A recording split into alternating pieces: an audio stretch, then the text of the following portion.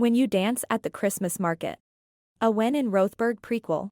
Copyright 2022 by Leah Huney. Audio performed by Play HT. Copyright 2024 by Leah Huney. All rights reserved. This story was originally titled Stolen Moment, but I changed it to match the series. I wish Play HT had a southern voice for Stella, but sadly they do not, so you'll have to pretend she's drawling. I hope you enjoy Stella and Mick's story. Chapter 1. In front of the Freiburg Christmas ornament stall, a couple wrapped in thick coats stops for a quick kiss. Out of nowhere, a 400-year-old man wearing an inflatable pretzel costume slams into them, splashing beer on the ground. I wag a finger at him. Alcohol abuse. He grins, his eyes almost disappearing between the wrinkles, and lifts his plastic beer stein in salute before careening off into the crowd. I hurry out to check on the couple, but they just shake their heads and move on to the next stall. Given the choice of standing in the cold while blocking the lane or returning to our warm Bavarian chalet-style stall, I choose the latter. What was all that ruckus? The other salesgirl, a 17-year-old named Elaine Sartori, peers through the clutter of Christmas ornaments, then rolls her eyes. That's George. Be glad he's wearing the costume. What do you mean? I hang another sparkly star on the closest tree. Her voice turns grim. It's either the pretzel or nothing at all.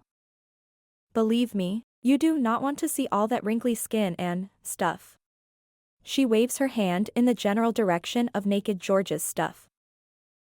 Yikes.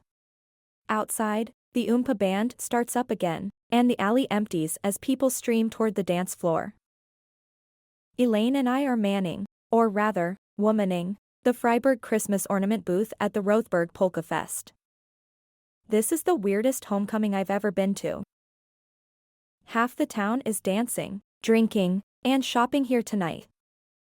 I've been on duty since 7, and Elaine joined me after the Rotheberg High School Highlanders stomped the Sisters Outlaws, 21-7. Laughter and drunken singing filter in over the accordion and clarinet, but our wooden walls cut some of the noise. They also keep in the warmth from our propane heaters. I'd hate to be working in one of the canvas-sided stalls around us. I'm from the south, and it's cold here in the Cascade Mountains of Oregon. Elaine laughs. Seems pretty normal to me. Doesn't everyone have a Polkafest and Christkindlmarkt on homecoming? No, the savory scent of roasting sausages makes my stomach growl. The girl pulls a box of glass ornaments from under the desk. Why don't you take a break and get a wurst? I can hold down the fort. Are you sure? She gestures around the stall. Only a few customers still browse among the dozens of Christmas trees. During the music is the best time to go. Everyone else is busy dancing. She points at a young man entering the stall.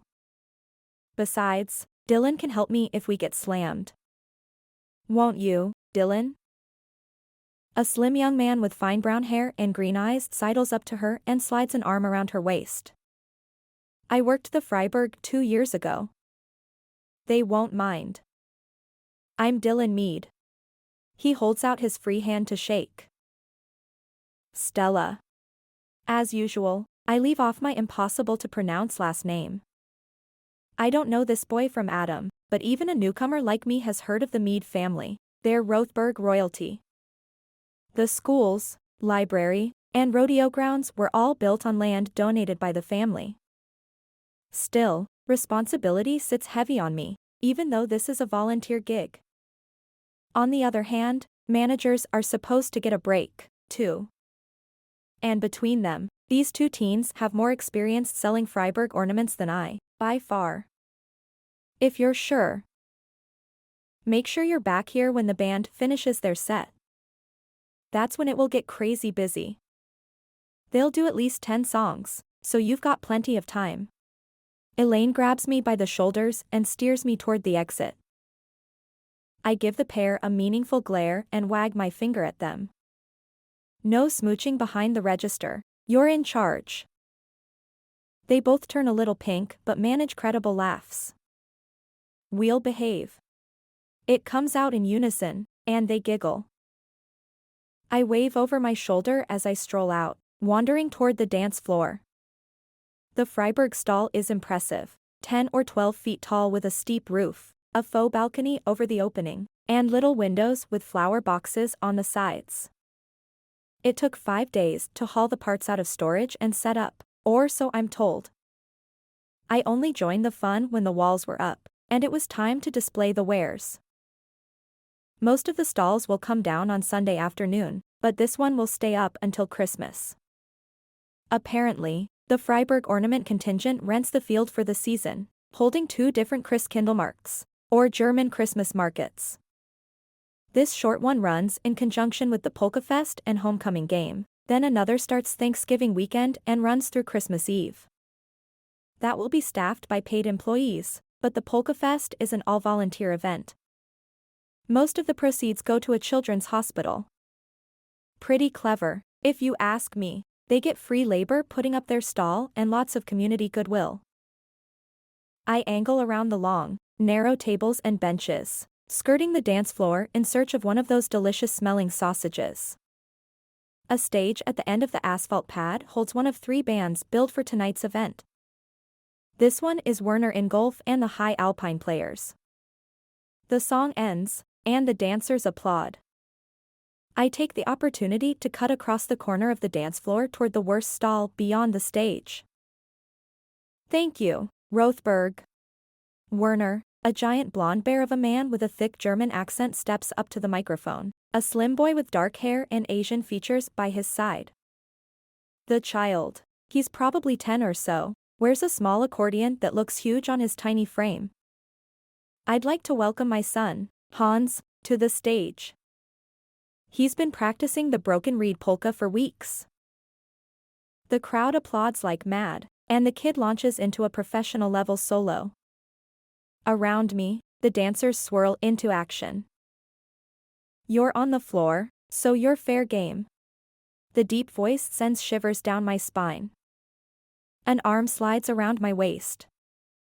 I hope you know how to polka. I stumble in surprise and grab his shoulder for balance. He gives me half a second to regain my footing, then whirls me into the melee. I don't know what he was expecting, grabbing a random woman on the floor, but he's going for a ride. I might have danced it once or twice. I quickly slip into the rhythm and let him steer me expertly around the floor. Once or twice. The bright blue eyes twinkle and his teeth glint in a wide smile as he spins me out and back in. I think that's a bit of an understatement. We continue in silence, whirling around the floor, slaloming between more sedate dancers.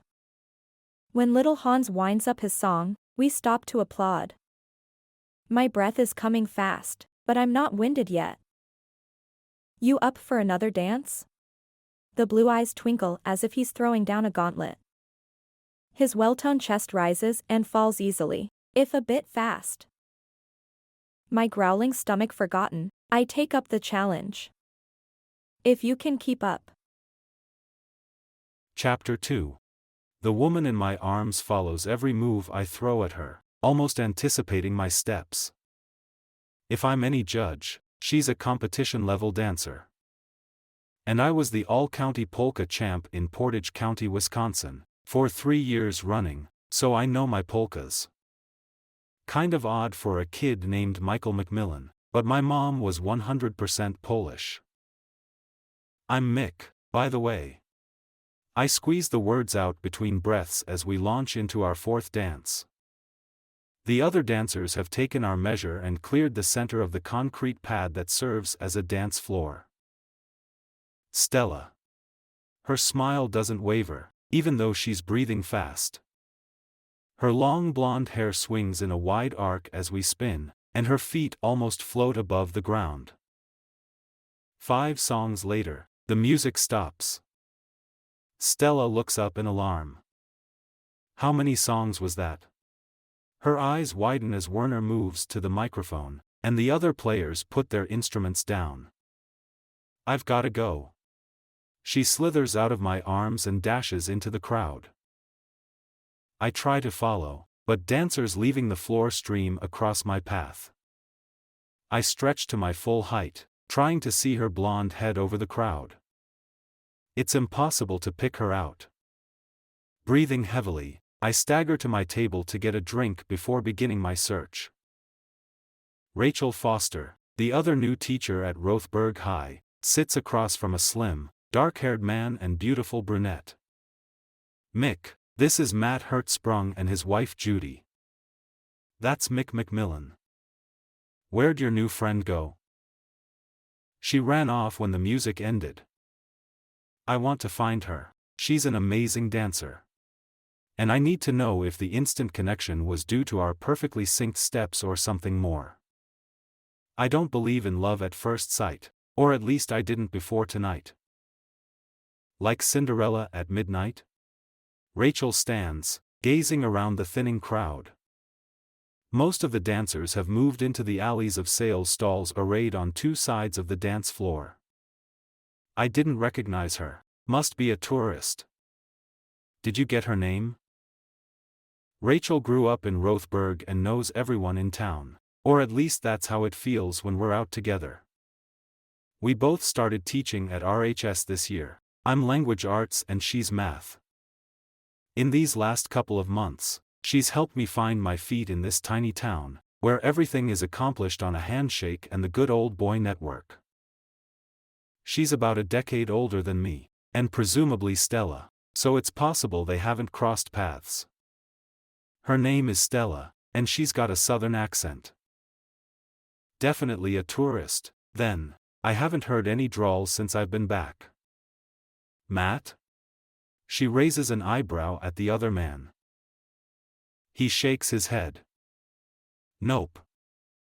Probably staying up at the ranch. Lots of tourists there, even at this time of year. You know her, Judy? The brunette starts when Matt says her name. Sorry, I wasn't really paying attention. It comes out in a "you bore me" tone. I wince in sympathy, but Matt just explains about Stella. Nope, not a clue. She goes back to watching the high school football players at the next table. They're not drinking, too many adults in attendance to get away with it, but they're acting silly. Two of them have removed their shirts and are posing for the crowd, despite the 20-degree weather. Judy seems to be enjoying the show. I'm going to wander through the stalls and see if I can find her. I chug down my now cold spiced wine and thump the mug onto the wooden table. Rachel stands. I'll come, too. She grabs both our cups and nods to Matt and Judy. See you later. Matt waves. Not if I see you first. Nice to meet you, Mick. Likewise. Judy ignores us. Rachel lifts the mugs. You want to keep this or return it for the deposit? I take mine. We can keep them. This is pretty cool.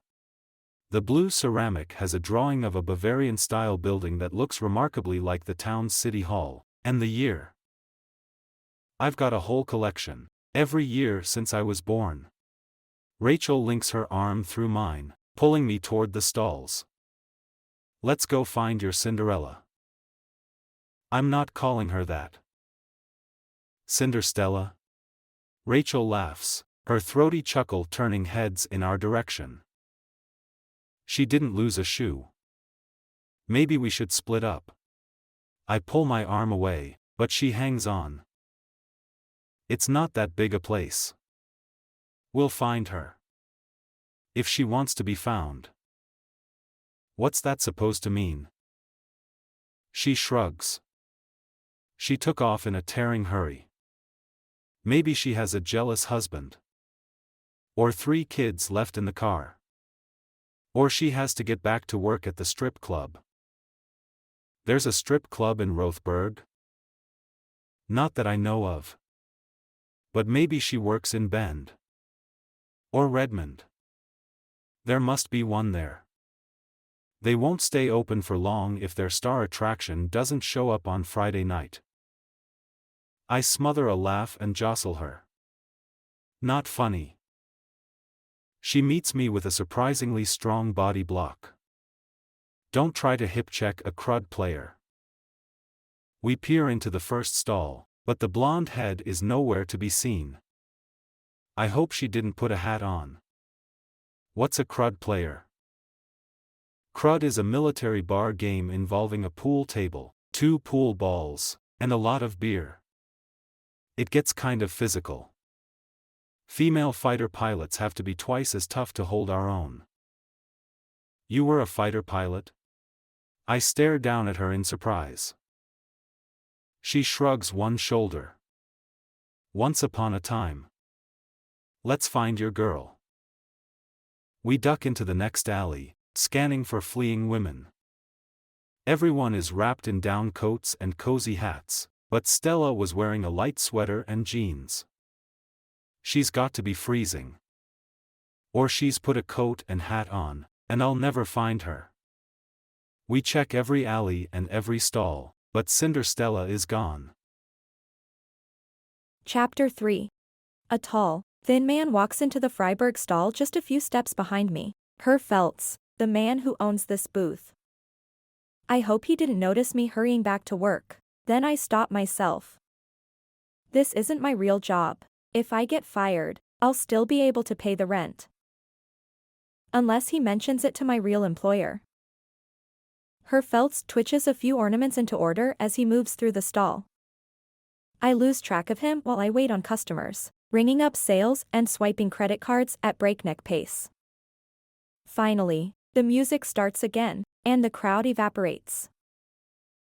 Thank you for your help tonight, Fräulein Zielinski. Herr Feltz appears beside me as the last sale goes through. With his lightly accented voice, angular face, and old-fashioned Tyrolean jacket, he could be Captain Von Trapp's younger brother. I'm normally here for Polkafest, but Theodor was sick, and Inga needed help with the other children. His eyes rove over the shelves behind me, touch on Elaine restocking a tree near the door, then return to me. You didn't have to volunteer, and I appreciate the assistance. If you'd like to enjoy the fest, I can take over from now. Are you sure, sir? I'm scheduled to work until 1. I don't tell him I was strong-armed into volunteering. My paying job is a minimum-wage internship at Copper Butte Ranch, and my boss convinced me that helping in the Freiburg stall would be good for my career. Enjoy yourself. I will tell Richard you were most helpful. He gives me a warm, friendly smile. I wonder how such a charming man can be friends with the chief operating officer of the ranch. Not that I've spent a lot of time with Richard Gearhart, but I've heard the stories. He didn't get to be COO by being sweet to employees. The foundation appreciates your work. Thank you, sir, I enjoyed it. And Elaine did a great job. I grab my coat and purse from under the counter. She's a go-getter, our Elaine. He nods at the girl who's now sweeping the floor. She's got a bright future in front of her. I nod, then make my escape. As I shove my arms into my coat, I hurry toward the dance floor, hoping to catch sight of Mick's brilliant smile. I've never believed in soulmates, but something about him calls to me. It wasn't just our perfectly matched dance steps, at least I don't think so. I'd like the chance to find out. I reach the dance floor, but the crowd makes it impossible for a shrimp like me to find anyone. Behind me, male voices rise, and laughter breaks out. I turn, taking in the prime of the Rotheberg football team, some of them showing off their well-toned bodies for the admiring crowd.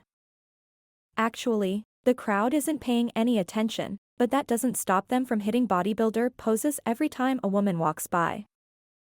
Exactly what I need. I stroll toward them, swinging my hips a little to draw their attention. One of the boys spots me and nudges his friend. By the time I reach their table, the whole team is watching me. I smile my best southern smile, flutter my eyelashes, and lay the drawl on thick. Could you boys help little ol' me? 3 of them jumped to their feet, and 2 more a yes, ma'am. I let my smile broaden. I'm trying to find someone named Mick.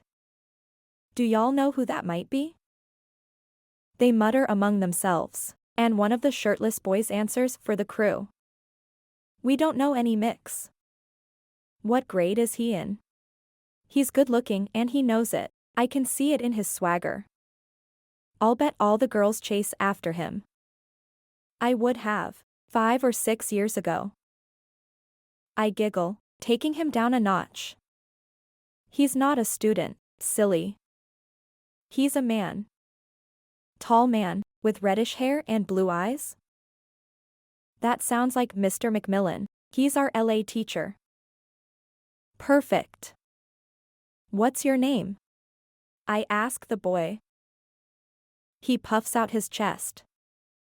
I'm Brandon Ryan. I put my hand on his arm. Do you think you could help me find your Mr. McMillan, Brandon? I'd be ever so grateful. You heard the lady. Find Mac. The boys disappear into the crowd, the last one pausing to pull on his shirt. You sure he ain't on the dance floor? I've seen him out there. He likes to dance. He looks over his shoulder as if checking for eavesdroppers. He might be a bit. He lets his hand droop from the wrist. You think he's gay? I give the boy a narrow-eyed look, even though my heart drops a little. The idea that Mick was only interested in me for my dancing abilities makes me want to curl up under the table and cry. Which is stupid since we just met. My voice comes out a little harder than I intend. Is that a problem for you? No, ma'am. Brandon's face tightens with alarm. I just meant he might not be interested in a beautiful lady like you. But that doesn't mean other men aren't. He puffs out his chest again. Oh, honey, you're way too young for me. I'm only 22, but there's a huge gulf between me and 17. But I don't say that. Instead, I bat my eyelashes again. Maybe you can help me up onto this settle, and I can check the dance floor. Taking his hand, I step on the narrow bench. He steadies me as I slowly turn, peering over the crowd bouncing and spinning on the dance floor. No auburn-haired dance gods sliding through the smoothest polka I've ever danced. Not that polka is supposed to be smooth, but... Turn around. Brandon points behind me, still clutching my hand to steady my wobbling turn. Isn't that him? The man has just stepped out of the Freiburg stand. A gorgeous blonde holds his arm. He leans close to listen to something she says, and she's so tall he barely has to bend. They look perfect together. He replies, and she throws back her head and laughs. I'll bet she has a smooth, sexy laugh, not a cackle like me. My heart drops into my stomach. He's got a girl. Our dance was just a dance to him. Why is this man affecting me so strongly? We barely met, didn't even exchange last names. If I swooned every time I swung around a floor with a good dancer, I'd have a record for broken hearts. Besides, I'm only in Rotheberg for another month. I don't need a distraction. I have an internship to finish and a degree to complete. Time to regain control. I jerk the boy's hand to get his attention. Help me down. He steadies me as I jump off the bench. Gathering my coat and pocketbook from the table, I turn toward the parking lot. But he's over there. Brandon points again. I know. And he's with another woman. Gotta go. Thanks for your help, handsome. I give him a saucy wink and a little finger wave and head for my car. Chapter 4. After searching the festival for an hour, I finally give up on finding Stella. Either she's a tourist in town for the weekend, and I'll never see her again, or she's a local. If that's the case, Rotheberg is small enough that we're bound to meet again. At least, that's what I tell myself. I go back to the festival on Saturday and Sunday, hoping to see her, but she doesn't show. Of course, there's no dancing. Maybe that was her only reason for attending. By Monday morning, I'm still turning the events over in my head, wondering what I could have done differently. I should have followed her when she ran off. Or found a shoe so I could try it on every woman in town. I turn my mind to my classes, focusing on the students. By lunch, I'm pretty much back to normal. I head to the teacher's lounge and grab my insulated bag from the fridge, dropping into a chair across from Rachel. She raises an eyebrow at me. Have you heard the latest? Latest what? I pull out an insulated jar and pop open the top. She waves her sandwich at me. Apparently, you and I are a couple. I freeze with a forkful of shredded pork halfway to my mouth. What? Someone must have seen us together at the festival on Friday. She takes a bite, unconcerned. I stab the fork back into the jar. But we didn't dance together or anything. And you were there with Matt when I arrived. She chews and swallows, taking her time. We walked around the stalls together. You know how small towns are. Everyone gossips about everything. And high school students are even worse. Get used to it. As the only single teachers on staff, we were bound to get shipped at some point. If you can find your polka princess, it will blow over. Great. One more pressure to add to the list. Asterisk asterisk asterisk.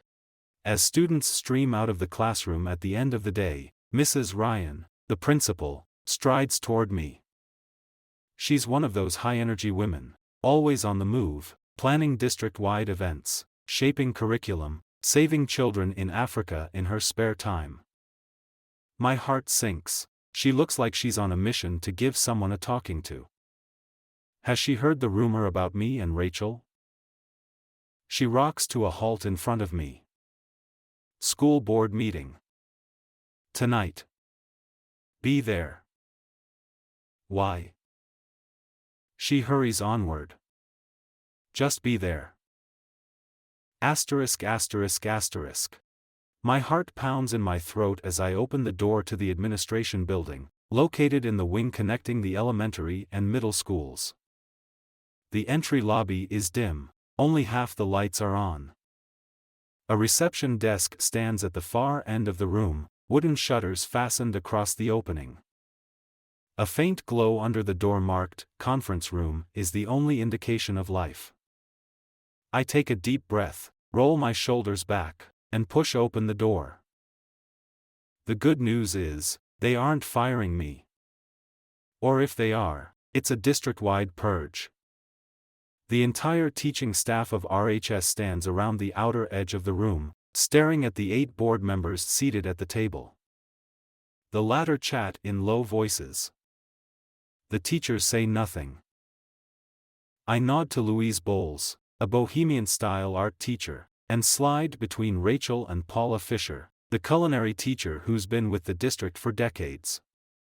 Although, given the rumor about Rachel and me, maybe I should have picked the empty place next to Pete James instead. I nod to Rachel but lean toward Mrs. Fisher to ask, "Any idea what's going on?" She shakes her head. Something about the football team, maybe? Football? That requires the participation of the entire teaching faculty?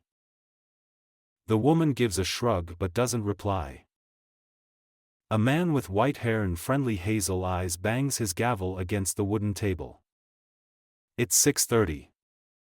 I call this meeting to order. Let's get the roll call. The people seated around the table each respond to their name as it's called by the high school secretary, Mrs. Vincenti, seated at the foot. I recognize some of the board members from around town or attending sports events. She calls the last name, Eric Mead. As the white-haired man at the head of the table responds, Mrs. V makes a dramatic checkmark on her piece of paper. All present and accounted for. I'd like to take a moment to thank the high school faculty for taking time out of their busy lives to attend this special meeting. We have one agenda item: renaming the school mascot. Mead glares down the table at a cranky-looking, gray-haired man sitting near Mrs. V. I'd like to go on record as saying I don't believe this move is necessary. The New Agey, commie liberals say we can't offend anyone. I think the Highlander could be highly offensive to our Scottish friends. The cranky guy, I think his name is Wagner, gives a malicious grin. Mead scratches his head. While it's true there have been a lot of stories in the press about renaming school mascots, I'm not sure Highlander is considered offensive. If the Indians are gonna get offended by warriors and chiefs, the Scots are gonna be next. Wagner pounds his fist on the table to emphasize his point. Mead looks around the room, spearing each of us with his emerald gaze. The political climate is somewhat unstable these days, and we definitely don't want to employ an offensive name. We've been discussing this matter for the last few months and have decided to put it to a vote. But before we go forward with that, I'd like to give the high school staff the opportunity to weigh in. Mrs. Ryan, you have the floor. Mrs. Ryan steps away from the wall. It would have been helpful to have this information before the meeting. That way, my staff and I could have discussed the issue instead of being blindsided. She glares at Mead. Mead holds up both hands. Agreed.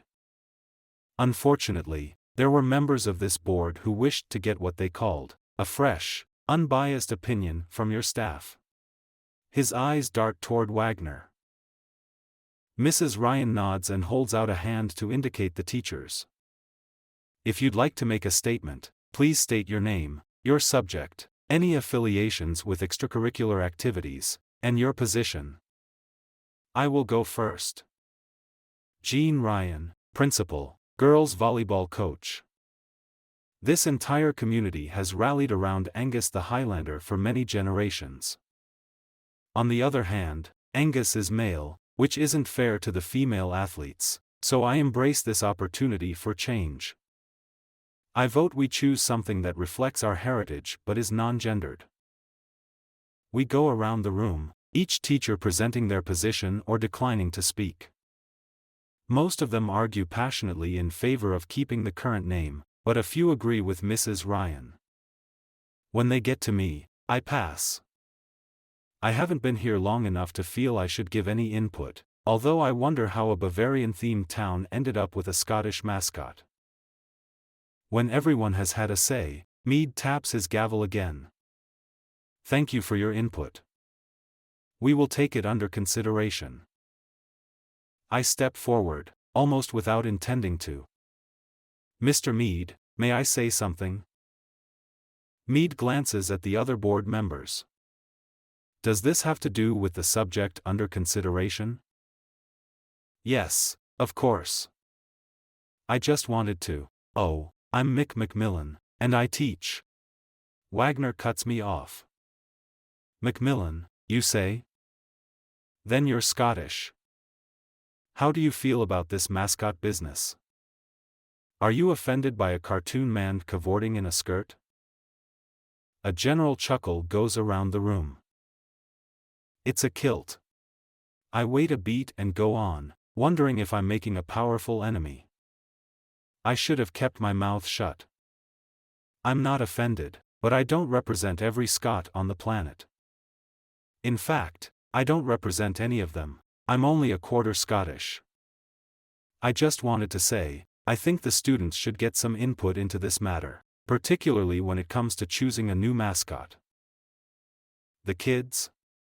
Wagner shoves his chair back and leaps to his feet. Pete James, the shop teacher, lunges forward to catch the chair before it rams into Ms. Bowles. The students aren't adults. They don't get a say. I've lived here my entire life. I've been a Highlander my entire life. Wagner strides around the table as he speaks, thrusting his fists into the air. This entire concept is ridiculous.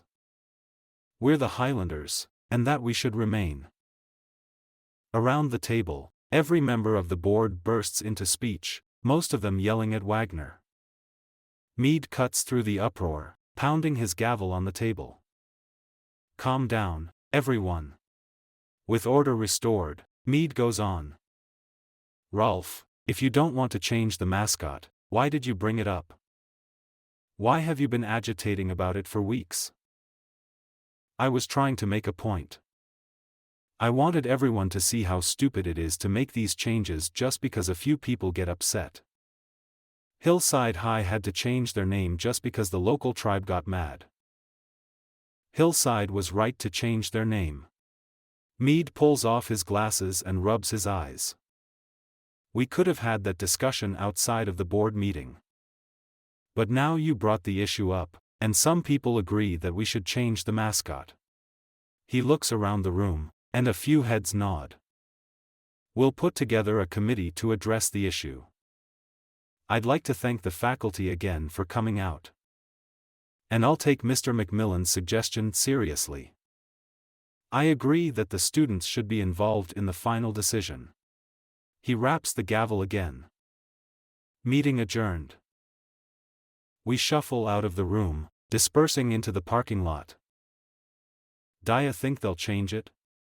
Pete asks Mrs. Ryan as I pass them. She shrugs. Angus has a lot of history. The change isn't going to be easy. I stop. How did a German town end up with a Scottish mascot? You'll have to ask old Mrs. Bruce that. She was the first principal of RHS, back when it was located in the old Gronk building. Mrs. Ryan unlocks her car. The Bavarian theme didn't come until later. At least, not officially. Chapter 5. The day after Thanksgiving, I'm in the Freiburg ornament shop again, but this time as a paid employee. My job at the ranch doesn't pay much, and even though it includes room and board, a little extra cash will be welcome. Spring term tuition is due in January. You know the drill, as you say. Her Feltz lifts both arms in an expansive gesture. I've never said that a day in my life. He laughs, or at least what passes for a laugh from Herr Feltz. His lips quirk up as he huffs out a little breath. Where are you from? I can't place your accent. That's because it's what I call General Southern. Growing up, we lived in North Carolina, Alabama, Arkansas, and Kentucky. I finished high school in Dallas, Texas. So, there's bits and pieces of all of Dixie in my mouth. So. Much like my childhood. I am from the city-state of Freiburg, which is between Deutschland, Österreich, and Czechia. But I spent several years in London as a young man. People like us are cosmopolitan. Cosmopolitan South sounds more posh. I take off my jacket and store it under the counter. The temperature outside is hovering just below freezing, but the sturdy booth is warm. You can take off, Herr Feltz. I got this. Thank you, Fräulein Zielinski. He bows, and it looks dignified, not ridiculous. Years of training, I'd bet. My pleasure, Herr Feltz. If I were wearing a skirt, I'd curtsy, but it just looks wrong in jeans. Although my years of dance competitions mean I could totally pull it off. When he's gone, I tidy up the shelves and add some more bling to the trees. Before long, the shop is busy with shoppers checking out the glass and wood ornaments, not a single plastic one to be seen. The blonde woman I saw with Mick brings a pair of painted glass balls to the counter. These are new, aren't they? I give my best hospitality worker smile as I take the two baubles. Herr Feltz said the Von Scope line hired a new designer this summer. These are some of her creations. I wrap her purchases in tissue paper and place them in a small, white box with the Von Scope logo. They're definitely a departure from the usual Von Scopes. The blonde pulls out a credit card and hands it to me. I take a peek at her name, Rachel Foster. The card slides through the machine, and I enter the amount and the last 4 digits. You seem to know your ornaments. She smiles, showing off perfect, white teeth. I worked here as a teen. I think everyone in Rotheberg worked here as a teen. I tuck the box into a brown bag with Freiberg ornaments across the front in red. I'm amazed they wanted to hire an outsider like me. You're Stella, aren't you? I look up in surprise. Yes. How'd you know? Mick was looking all over the Polkafest for you. I take a deep breath. Mick mentioned me to his girlfriend? That doesn't bode well at all. I was working. Couldn't dance all night. I force a chuckle. Besides, I believe you should dance with the one who brung you. Her perfect eyebrows draw down in the middle. I'm not sure I follow. You said you were working. Oh, not me. Him. I gesture at her. If he's with you, he shouldn't be dancing with me. She throws back her head, and a smooth, throaty chuckle rolls out. Seriously, could this woman be any more perfect? He wasn't with me. Why does the whole town think that? My heart flutters up into my throat, beating at double time, and I mentally shove it back into my chest. They weren't together. I saw y'all together after we danced, so I assumed. I wave at her slim figure and smooth blonde bob. I mean, who wouldn't want to be with you? A shadow passes over her face, then disappears. Thank you, that's kind, but Mick and I are definitely not a couple. He's a bit young for me. How old are you? I slap my hand over my mouth. Sorry, sometimes I don't censor very well. My mama would paddle my behind for asking another woman how old she is. She laughs again, and the sound soothes my jangled nerves. I'm 31. But Mick's barely out of college. He can't be more than 22 or -3. I've done a lot of living since I was that age. I was feeling the same way about the football players the other night. When she raises an eyebrow, I continue. They were trying to chat me up. 22 is way too old for 17. Amen, sister. She picks up the bag of ornaments, then extends her free hand. By the way, I'm Rachel. We should get coffee sometime. I shake her hand. Thanks, I'd like that. I'm pretty new to Rotheberg. I know. We exchange cell numbers. As she puts her phone back into her purse, she raises her eyebrow again. Shall I tell Mick you were asking about him? Only if he's single. I fiddle with the pen and sticky notes on the counter, not making eye contact. He's busy with a new project, but he's definitely single. A new project? I thought he was a teacher. That's what the football boys said. Yes, he teaches language arts, English. But the school board wrangled him into this whole mascot renaming thing. Ms. Gearhart at the ranch was ranting about that last week. These people love their Highlander. I bite my lip. Yikes. I wouldn't touch that with a 10-foot pole. You and me both. She waves as she turns toward the entrance. But I'll tell him you said hey. Chapter 6. Why didn't you call me? I glare at Rachel across the lunch table on Monday. I could have come over to the market. Weren't you meeting with the mascot committee on Friday morning? She pulls a sandwich and an apple out of her bright green neoprene bag. Yeah, but it was just the kids, Meade brothers and Brandon Ryan. They've got some idea about putting together a website. Well, Rob has an idea about a website. The other two were just there to represent the sports teams, I guess. And distract Rob.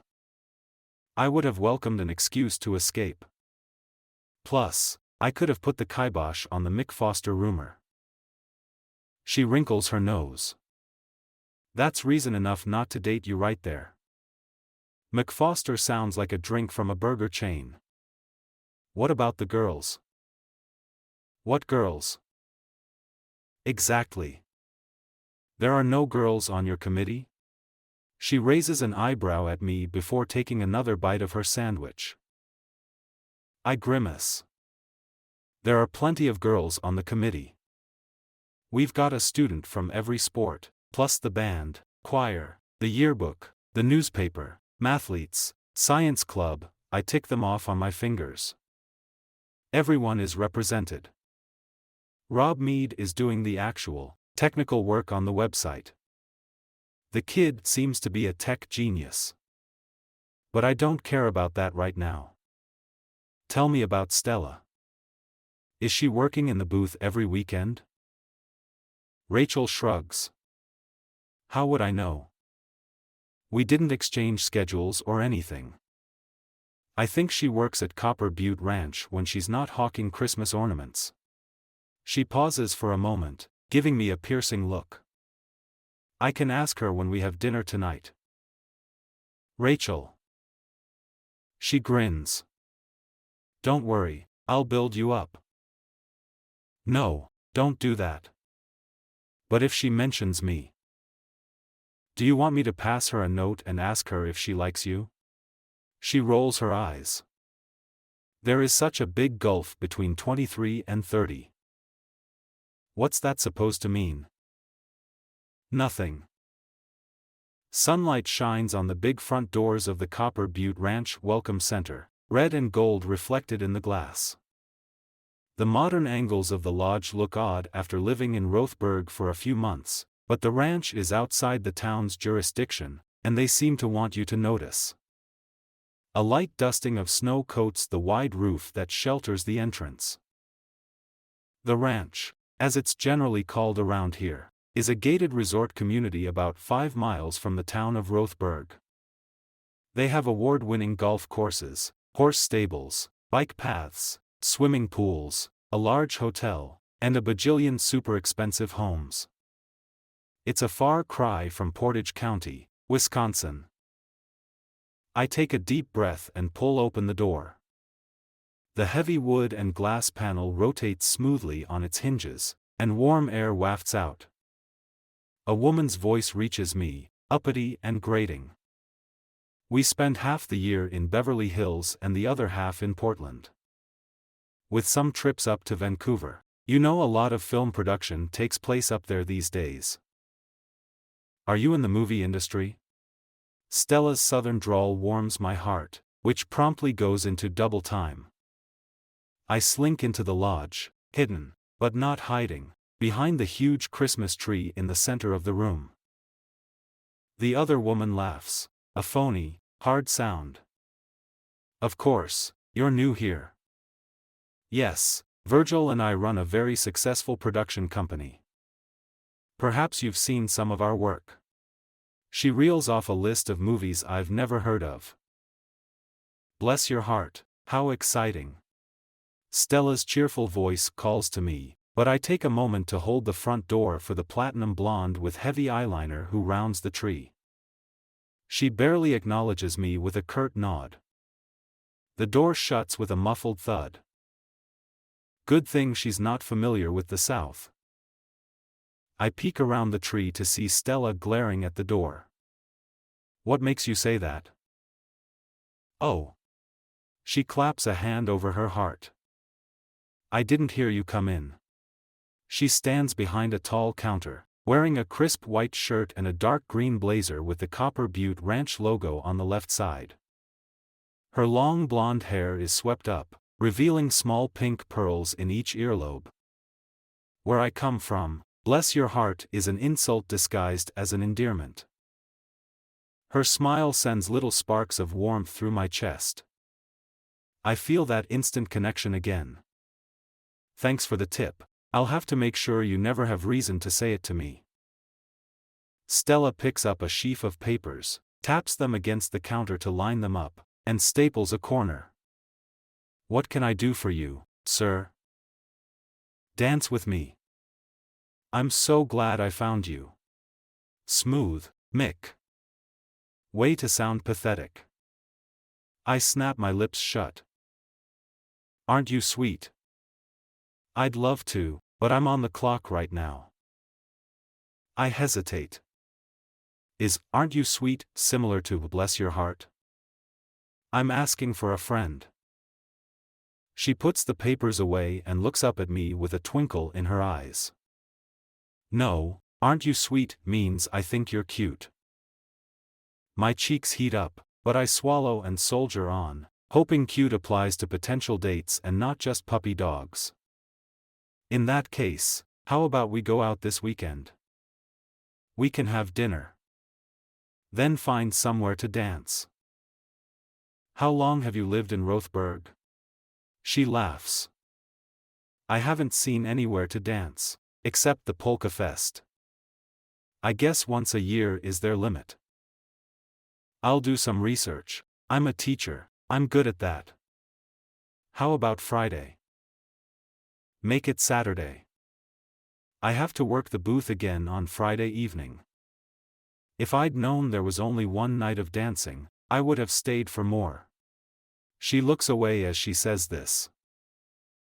My heart soars, even if she only said yes because she likes to dance and doesn't mind doing it with puppy dogs. Why did you disappear? More pathetic. Same reason I can't dance with you right now. I had to work. When she pauses, I raise my eyebrows and she goes on. I was selling ornaments in the Freiburg stall. Didn't Rachel tell you? I briefly consider trying to be cool, saying Rachel and I hadn't discussed her, but decide honesty has gotten me this far. She told me you were there this weekend. And that you work here during the week. An internal door opens, and an older woman pokes her head out. Mr. Gerhardt wants a word, Stella. Her eyes snap to me, and she strides along the narrow aisle behind the tall desk like a woman with a mission. I'll take over here. No problem, Ms. Stevens. We're almost done. She scribbles a phone number on the back of a ranch brochure and slides it across the counter at me. I hope you'll enjoy your stay, Mr. She pauses for a second, then finishes, Mickelson. Macmillan. I hide my grin and take the paper. Thanks for your help, Ms. Just call me Stella. She dusts her hands together and spins away from the counter, headed for the interior door. Have a wonderful Copper Butte day, Mr. Macmillan. Chapter 7. As the door closes behind me, I take a deep breath and try to wipe the smile off my face. Seeing Mick again set all the delicious first date butterflies dancing in my stomach, and I can't help but smile. But Miss Stevens said the boss wants to see me, and that sends the smile into hiding faster than a knife fight in a phone booth. I make sure my blouse is tucked in, straighten my blazer, then walk to the business office. Despite the ranch's size, the management staff at Copper Butte is fairly small, and the big boss has an office right in the welcome center. Of course, it's the biggest and nicest office, up on the second floor overlooking one of the golf courses and guarded by a dragon named Eleanor Braun. I push open the glass doors and present myself in front of the dragon. Mr. Gerhardt wanted to see me? Eleanor ignores me for a few seconds, her fingers flying across her keyboard. I may, almost, have a university degree, but I have no doubt where I fall in the pecking order. It's way below high school educated Eleanor Braun. After what feels like 5 minutes, she hits a final key with a flourish and peers at me over the top of her leopard print reading glasses. She raises her eyebrows. I'm Stella Zielinski. The intern? Without a word, she picks up a pink pencil with a fluffy top instead of an eraser and pokes a button on her multi-line phone. Excuse me, sir. Did you want to talk to the intern? Yes, sir. She glares at me over the glasses again, then jerks her head at the double doors to her right. Go in. I grasp the 4-foot-long brass handle running vertically up the door and pull. The cold metal freezes my fingers as I haul the heavy door open.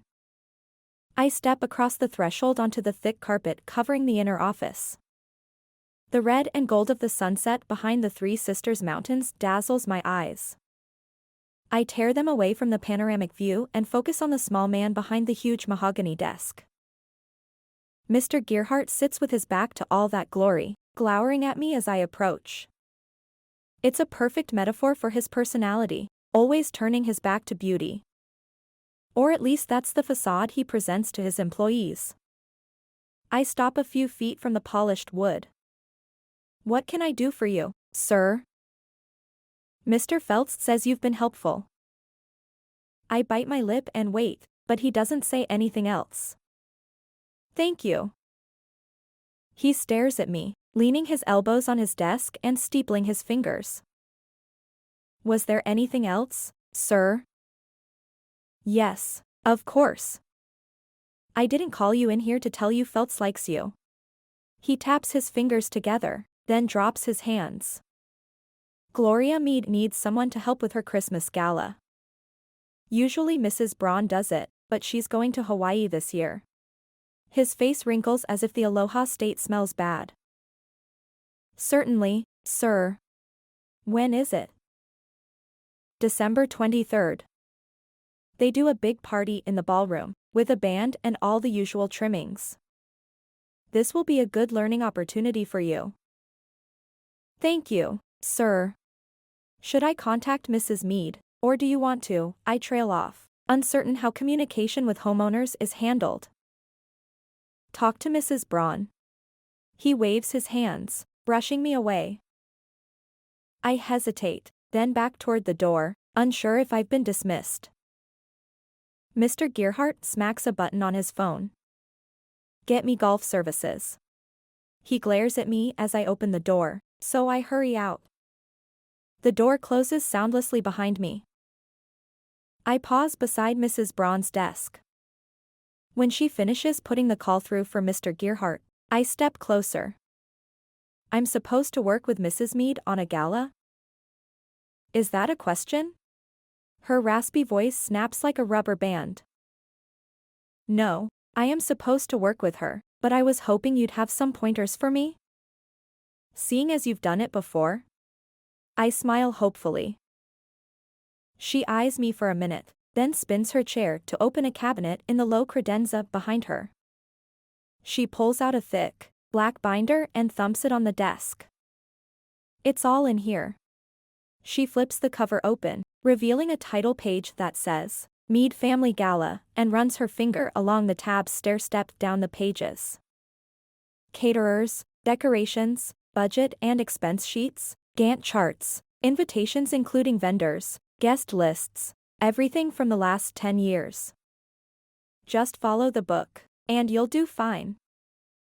Well, butter my butt and call me a biscuit. That's amazing. Your accent gets thicker when you're surprised.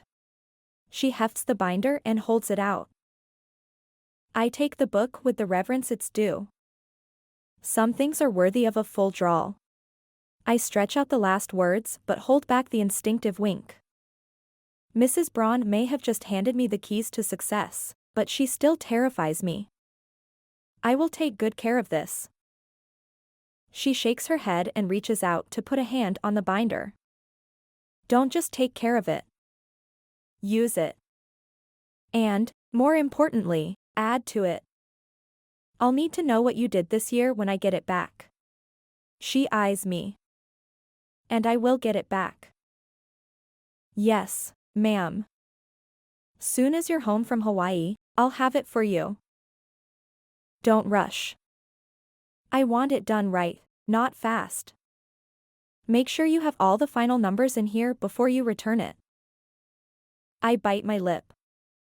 This is a big responsibility. I hope to live up to the. She waves a hand at me. Don't feed me any bull. But you're right, it's a big responsibility. I wouldn't let it out of my hands if I were going to be here. Just do the job and do it well. Document everything, follow the examples in there. Get the book back to me when it's done. And if you have any questions, well, ask them before I leave. You've got a couple of weeks. I want to curtsy or salute or something, but I can't think of anything appropriate. Yes, ma'am. A tiny smile quirks the corner of Mrs. Braun's lips, and she points at the door. I'm gettin' a dot. I hurry out of the office, the thick binder clutched to my chest. Chapter 8. The rest of the week passes in a blur of normalcy with a few exceptions. My classes are running smoothly now. The kids respect me and seem to enjoy my rants on Faulkner and Hemingway. We dive into Macbeth in my British literature class. I set an essay to be turned in after Christmas break. There are groans and moans, but I fend them off. You've got time to finish it before the holiday. You can turn it in early. But Mr. Mac, they moan. I laugh. It's good to be on this side of the desk. On Saturday, I dress in my best jeans, a crisply ironed button-down shirt, and a pair of new Tony Lama boots. I've found exactly one place to take Stella dancing, and it's a country bar. Of course, she's from the South, so maybe that's right up her alley. I can't believe how little I know about her. The temperature hovers just under freezing when I park my Subaru at the high school. The vendors are shutting the Christkindlmarkt for the night as I arrive, a few last-minute shoppers hurrying away with their purchases. I swerve through the dwindling crowd and reach the Freiburg stall as Stella locks the front doors. Ready? At the sound of my voice, she whirls. The laces of her red ankle boots have been replaced by sparkling green ribbon. She wears a bright red dress with a full skirt and a green beaded collar. Green tights cover her legs beneath the short shirt. Her blonde hair is pulled back in a ponytail, and her cheeks are flushed. She looks like a Christmas elf. You look amazing. She smiles and gives me a once-over. You don't look so bad yourself. She takes my arm and gives it a little squeeze. Where are we going? I lead her to the car, telling her about the restaurant where I've made reservations. They seem to think it was funny that I called for reservations. Do they not do that around here? You've been here longer than I have. She releases my arm to button her dark coat. But I gather it's pretty informal. We hit the highway for the 40-minute drive to Bend. She tells me about her family and all the places she lived as a kid. I give her the rundown on my boring life in Wisconsin. Stella finds my stories hysterical rather than dull, and I start to feel like a king. 4 brothers? Your poor mama. She wipes a tear away. She had 3 girls, too. 7 kids? 8. 5 boys, counting me. Let me guess, you're the oldest. I glance at her in surprise. How'd you know? You have all the signs. She ticks the items off on her fingers. Responsible, conscientious, high achiever. I'm the baby, and I can always pick out a firstborn. You hardly know me. Maybe I have tattoos and race Harleys when I'm not teaching. If you do, I'm sure you always win. And your tattoo is a motivational saying. I pat my right bicep. It says, "Dreams don't work unless you do." Right here. She snorts an adorable little laugh. What's the one on your booty say? My cheeks heat, and I'm grateful for the darkness inside the car. Maybe you'll find out someday. I peer at her out of the corner of my eye. She gives me a slow, sultry smile. Maybe I will. Someday. The meal passes in a haze of happiness, and by the end, I have no recollection of what we ate. When we've finished, the waiter offers dessert, but Stella declines. Can't be weighed down if we're gonna polka. About that. I fiddle with my fork.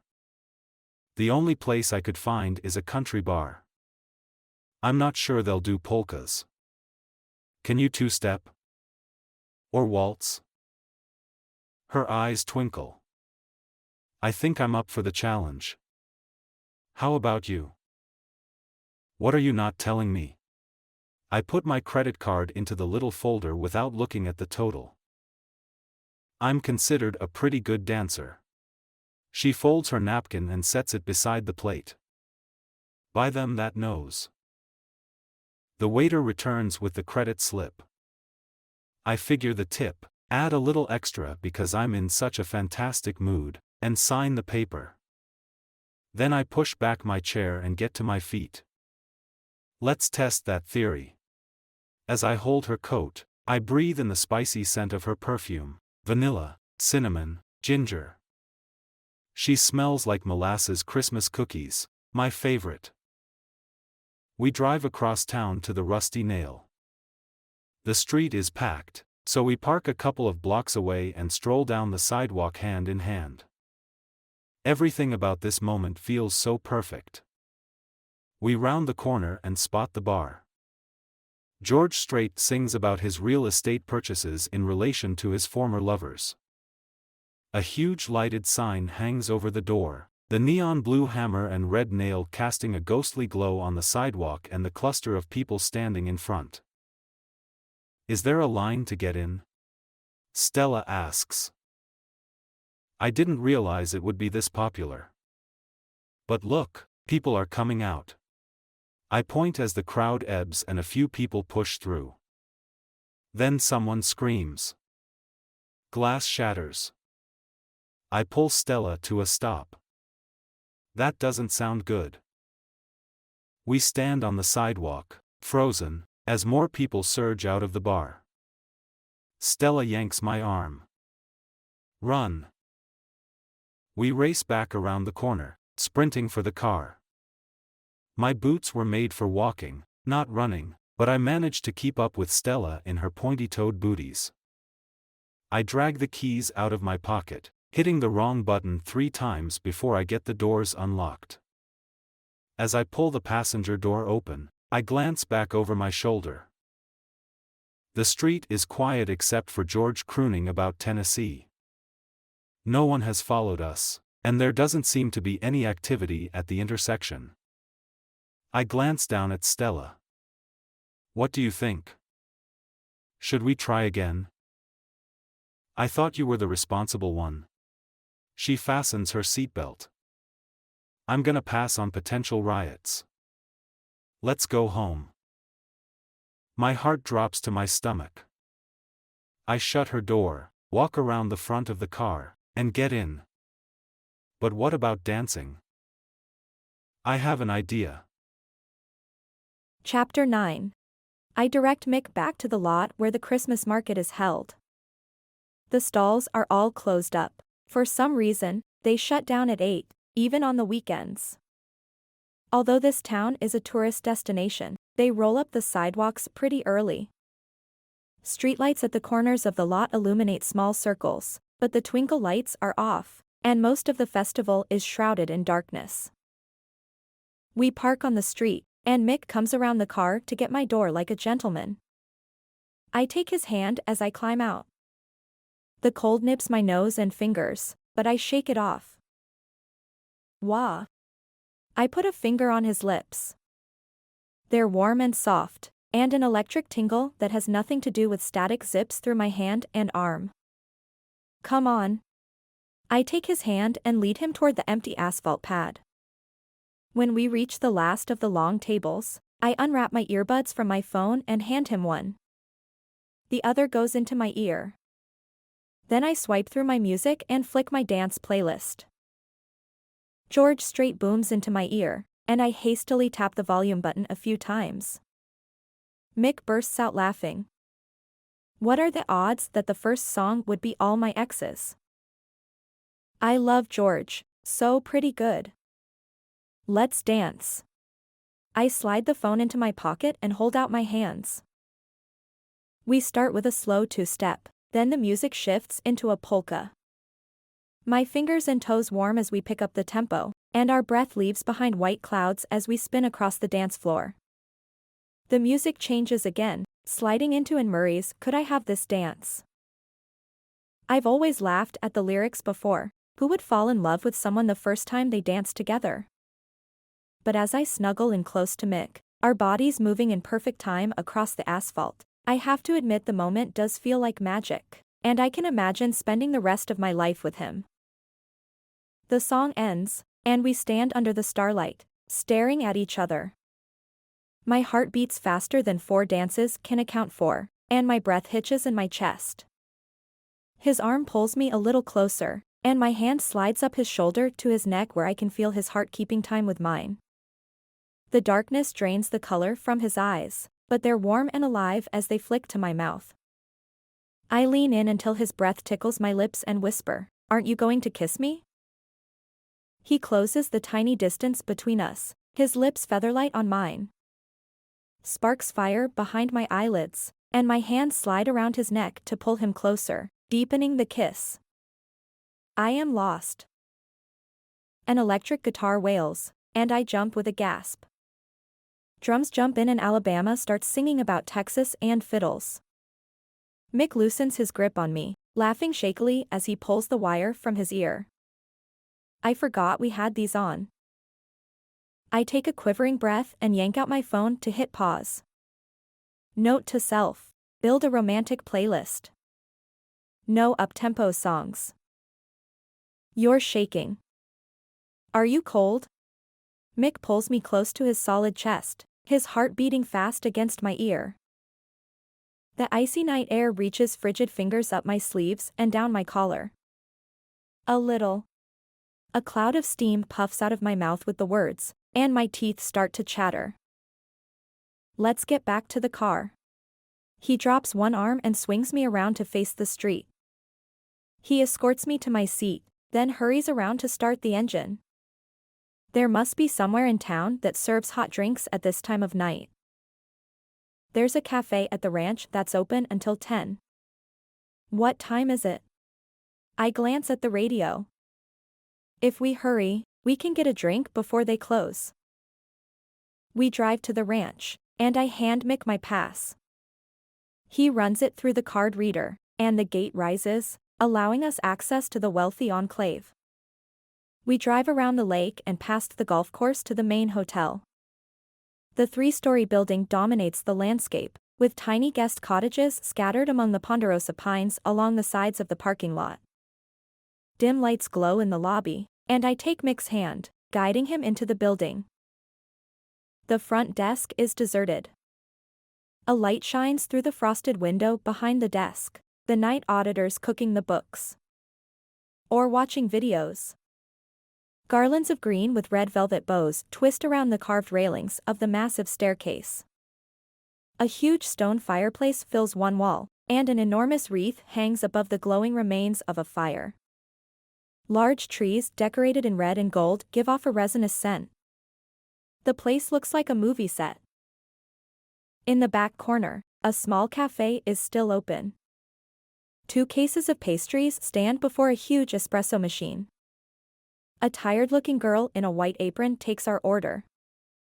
We sit on a couch near the fireplace and wait in silence until she brings us 2 mugs of hot chocolate and a plate of assorted cookies. She yawns, covering her mouth at the last second, as if she wants to make it clear we're keeping her past her bedtime. We close in 2 minutes. You don't have to stay until we're done, Annie. I nod at the neat wooden cabinet that hides a gray plastic bin on a lower shelf. We'll put our dishes away. If it was anyone else, she yawns again. I'll be at least 10 more minutes. Gotta close the till and prep the coffee for tomorrow. She disappears behind the counter, and the cash register dings. I relax against the thick sofa cushions, cradling my big green mug. Mick sits beside me, sipping his cocoa. This is good. It's supposed to be a secret recipe handed down from the original German settlers, but Annie told me they used the instructions on the cocoa tin. I take a sip and lean forward to place my mug on the coffee table. It is good, though. When I lean back, Mick's arm shifts from the back of the couch to my shoulders. I lean against him, enjoying the feel of his body supporting mine. My eyes droop as the warmth of the fire soaks into my body.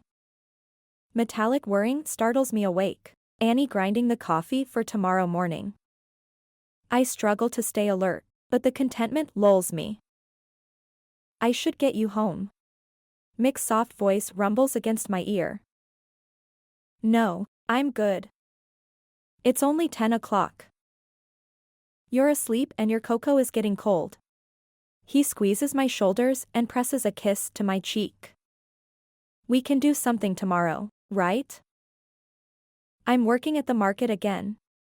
I feel his start of surprise and go on. My internship here pays minimum wage, and I still have another semester of college to pay for. He pulls his arm away from my shoulders and leans forward to pick up the plate and offer me the last cookie. I shake my head, so he wraps it in a napkin and tucks it in his pocket. Then he stands and reaches a hand down to me. You graduate this spring? Yeah. I try to hide a yawn, but my jaw can't take the pressure. I slap a hand over my mouth. Sorry. I took a year off, so I'm a bit behind. I take his hand and let him pull me to my feet. Why did you take a year off? He threads his fingers through mine and grabs the 2 mugs with his free hand. I take the empty plate. I was making a run at the WDSC, the World Dance Sport Championship. My partner broke his leg right before the finals, and I decided I didn't want to be a professional dancer after all. His eyes go wide. You're a pro. I knew you were good, but, he makes an embarrassed face. I squeeze his fingers as I slide the cookie plate into the dish bin. You're a joy to dance with. I think about the Anne Murray song again. Do I want this dance to last the rest of my life? And how is that going to work? I have to go back to Houston. Chapter 10. The committee to rename the Highlander something else, or CRHSE, as Dylan Meade insists we call it, meets more frequently over the next few weeks. Since I was named the faculty advisor, I have to oversee every meeting. With Rolf Wagner representing the school board, meetings are contentious. The school board selected a group of students to represent the student body, but they're all children of board members or administrators. When I bring this to Principal Ryan's attention, she points out that these kids are the most popular in the school. As a former not popular kid, I remember the resentment I felt when the teachers' kids won all the awards at my small-town high school. That doesn't mean they represent everyone. Fine. Pick another kid and add them to the mix. She walks away before I can reply. She really doesn't care about the committee. In her mind, we're stuck with Angus the Highlander, and this kerfuffle will blow over. Between my classes, this committee, basketball practice, I'm the assistant coach, and Stella's 2 jobs, we haven't seen each other since our aborted dance date. I feel like something wonderful is slipping away. She'll go back to Texas soon, and I want to make sure. I'm not sure what I want. I definitely don't want to lose her. But we aren't even a couple. We've had 1 date, and that ended early. Did she fake being tired so she could get away from me? The goodnight kiss said otherwise, but maybe it was all in my head. The list of mascots, they're all weak. Wagner waves his arms as he stomps across my classroom. It's Thursday, a little over a week before Christmas, and we're getting close to finished with this project. We need another option. Like the Highlanders. I try to pull my attention back to the matter at hand. Wagner spends every committee meeting ranting, and the students seem to agree with him, for the most part. I try to be the voice of reason. The board has decided to retire Angus the Highlander. That's the whole point of this exercise. This exercise stinks. Dylan Meade pins the old man with a confident stare. With all due respect, Mr. Wagner, we wouldn't be doing this if you hadn't brought it up. The kid has the confidence of a much older man. Of course, as the star of the basketball team, even though he's barely 5'11", and eldest son of the owners of half of Copper Butte Ranch, he's cocky as only a high school kid can be. Wagner points a crooked finger at the boy. I only did that to show how stupid this whole renaming thing is. No one is offended by a Highlander. Macmillan here confirmed it. I say we add Angus to the ballot. I fling up both hands. I didn't confirm it. One person cannot speak for an entire demographic. Rob Meade, a taller, skinnier version of his older brother, looks up from his computer. I can add whatever you need. He spins the laptop on the desk toward me. The website he's built looks extremely professional. This boy is a genius when it comes to computers, or so everyone assures me. But he also seems to have an instinctive grasp on marketing. The web page is sleek and easy to navigate. It has a page explaining the controversy and a link to a secure voting platform that will ensure each registered voter and high school student in the Rotheberg School District will get one vote. Currently, the ballot lists the 4 mascots the school board offered us. We're not adding the Highlander to the ballot. I lock eyes with Wagner. Retaining Angus is not an option. Elaine Sartori's sarcastic voice makes it clear this is a quote. Right. Rob spins the laptop around again. We are allowing voters to choose from these 4 possibilities: Cougars, Ranchers, Visigoths, and Trouts.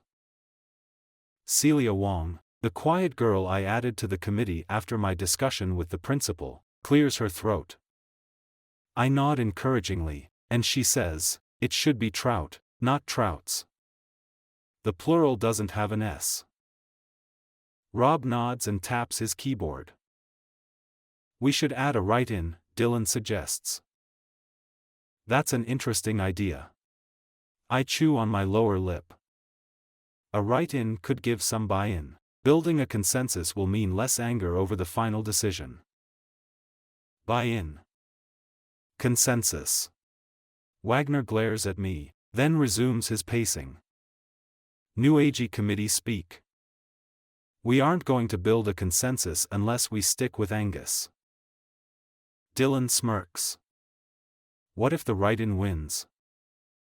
What if the write-in wins? Wagner's eyes sparkle, and he rubs his hands together. The write-in won't win. Elaine pops her chewing gum. Has a write-in ever won anything in the history of everything? Rob starts tapping on the keyboard. I could probably find some statistics. Dylan waves him off. Don't bother, Rob. Elaine is right. The only way a write-in would win would be if someone campaigned for a specific name. Like Angus. Wagner crows. Yes, we need a write-in. And when the Highlander wins, the rest of the board will have to admit they were wrong. For the 50th time, I refrain from pointing out there would be no argument if he hadn't started it. I rub a hand over my face and check the clock. This meeting has already gone too long. You know the board will have to approve the ballot. Leave that to me. Wagner shakes his fist at the classroom's drop ceiling. Angus shall prevail. I turn to the tall boy with the laptop and drop my voice. Do it. We'll send it to the board and let them deal with Mr. Wagner. Dylan puts a hand on his brother's shoulder as the younger boy starts typing code. I think this is a great solution. While Rob finishes his work, Dylan and Elaine whisper in a corner. Wagner stares out a window at the fitful snow, and I try to engage Celia in conversation. It's slow going until I ask about her post-graduation plans. The girl lights up and launches into a recital of every college she's applied to, 37 of them, including Stanford and Harvard. I try to stay focused, but my mind keeps wandering back to Stella.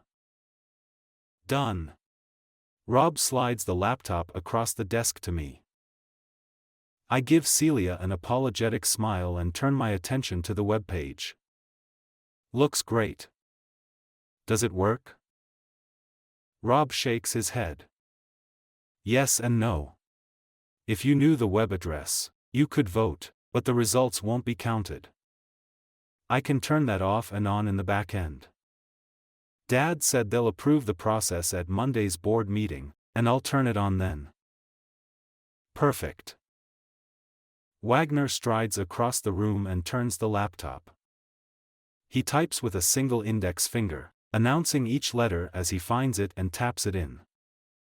Highlander, perfect.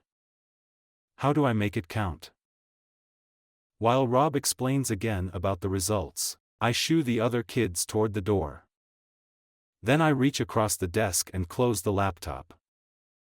Mr. Wagner, the kids have homework. Let them go home. Wagner ignores me, his eyes pinned on Rob. He rubs his hands again and grins.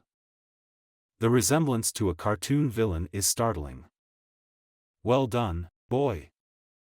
This is the ticket. We'll have Angus back on his throne in no time. I push them out the door and snap off the lights. Despite the late hour, we aren't the only people in the building. In a wide hallway, a group of kids paint sets for next spring's dramatic production. Through the open door to the auditorium, the strains of Oklahoma filter out. A buzzer cuts through the music, and a cheer goes up in the gym for the girls' basketball team. I make sure the kids all have rides home, then shake hands with Mr. Wagner. Thanks for coming to the meeting. I hope I don't sound sarcastic. He claps me on the shoulder. We'll save Angus yet. Good work, Macmillan. He wanders toward the gym, whistling. I pull out my phone and check my texts. Nothing new. I tap on Stella's name and type. Mick, meeting done. Wanna grab a drink? Chapter 11. Planning for the Meade family Christmas gala has reached a frenzied pace. It's Monday, 4 days before the event, and Gloria and I are making wreaths for the tables. The boys usually help with this, but they're all tied up with that stupid mascot thing. Your boys help with centerpieces? I peel the glue off my fingers and grab another sprig of holly. Rob's really good with this stuff, so meticulous. She tucks a gold ball into some greenery and adds a small poinsettia flower. Dylan's better with the lights. She glances up at the living room's high ceiling. The house looks like a Christmas elf drank spiked cocoa and got his hands on the entire Freiburg inventory. Greenery and lights drip from the stair banister, the exposed ceiling beams, and the massive fireplace. 2 huge trees stand in opposite corners, one dressed in red and white and the other in blue and silver. 15 nativity sets, I counted, cover every horizontal surface, and red and green Afghans hang over the back of each chair and couch. A massive village of tiny snow-covered houses lines 3 walls, and a miniature train winds between the buildings, smoke puffing from its stack. It's a good thing the gala will be in the hotel's ballroom. There's barely room for the family here. My phone buzzes, and I snatch it off the dining room table. My mother, asking if I've received the Christmas cookies she sent. I tell her to check her email. I sent a picture of the box as soon as I opened it. This is my first Christmas away from home, and it's proving to be much more difficult for my parents than for me. Is that your boyfriend? Gloria gives me a conspiratorial grin. My mom. I don't have a boyfriend. What about that English teacher? I heard you two were an item. Where did you hear that? My voice comes out too high and too loud. It's a small town, dear. Everyone knows everything about everybody. She glues another bauble to the centerpiece in front of her and pushes it to the side. That's 23. I groan and sit up straight, stretching my lower back. Only 11 more to go. Gloria pats my hand. Why don't you go home? I can finish these. You need to spend some time with your man. I pull another vase across the table. He's not my man. And he's busy tonight, too. In fact, I think he's with your kids. She shakes her head. That ridiculous mascot thing? Rob keeps showing me that webpage he's building. I wish they'd just hold the vote and be done with it. Don't get me wrong, I love seeing my brilliant son's work, but I'm so sick of hearing about Angus. Mick said they're launching it tonight. I check my phone again, scrolling back through our conversation. He said they'll announce the results on Thursday. Seems like they should have announced the winner while school was in session instead of waiting until Christmas Eve. But half the town will be at the gala, so it's as good a place as any. And my husband loves the drama. She sprinkles some glitter on my centerpiece and pushes it aside. Really, Stella, take a break. Are you sure? At her nod, I slide my chair away from the table and stand, rolling my shoulders. I guess I should head home. It's really dark out there. I'll have one of the boys give you a ride. You shouldn't walk all the way to the dorm by yourself. She jumps up and hurries across the room where she presses an intercom button. Who's here? I need a driver. Her voice echoes down the stairs, but no one answers. I think they're at the school. Remember, the committee meeting? Maybe she's breathed too many glue fumes. She snaps her fingers. Oh, right. We just talked about that. Okay, I'll take you home. Grab your coat. She disappears down the hall that I presume leads to her bedroom. My phone pings.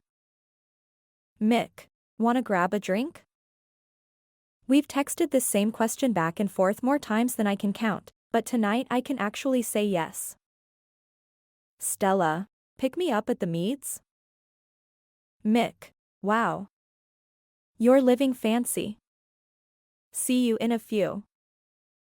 When Gloria returns, she's carrying another red and green blanket. The yarn in this one sparkles. I found this one in the closet. I knew it was here somewhere. She drapes it across the single bare armchair in the room, then looks at me. Oh, I was going to take you home. Let me find my keys. She turns toward the bedroom again. No, it's okay. I have a ride. I try to keep my face blank, but a little smile slides across my lips. Is it him? She swings around with the breathless question. Gloria may be from my mom's generation, and technically my temporary boss, but it's impossible to keep her at arm's length. She's genuinely interested in everyone and everything. I hold up the phone with a grin. Just texted me, and for the first time in 2 weeks, we're free at the same time. Oh, honey, I'm so sorry. It's not your fault. I pat her arm. He's been busy, too. Yeah. With that stupid mascot thing. Look at this. The Mead family has kept you apart for weeks, and you're going home in just a few days.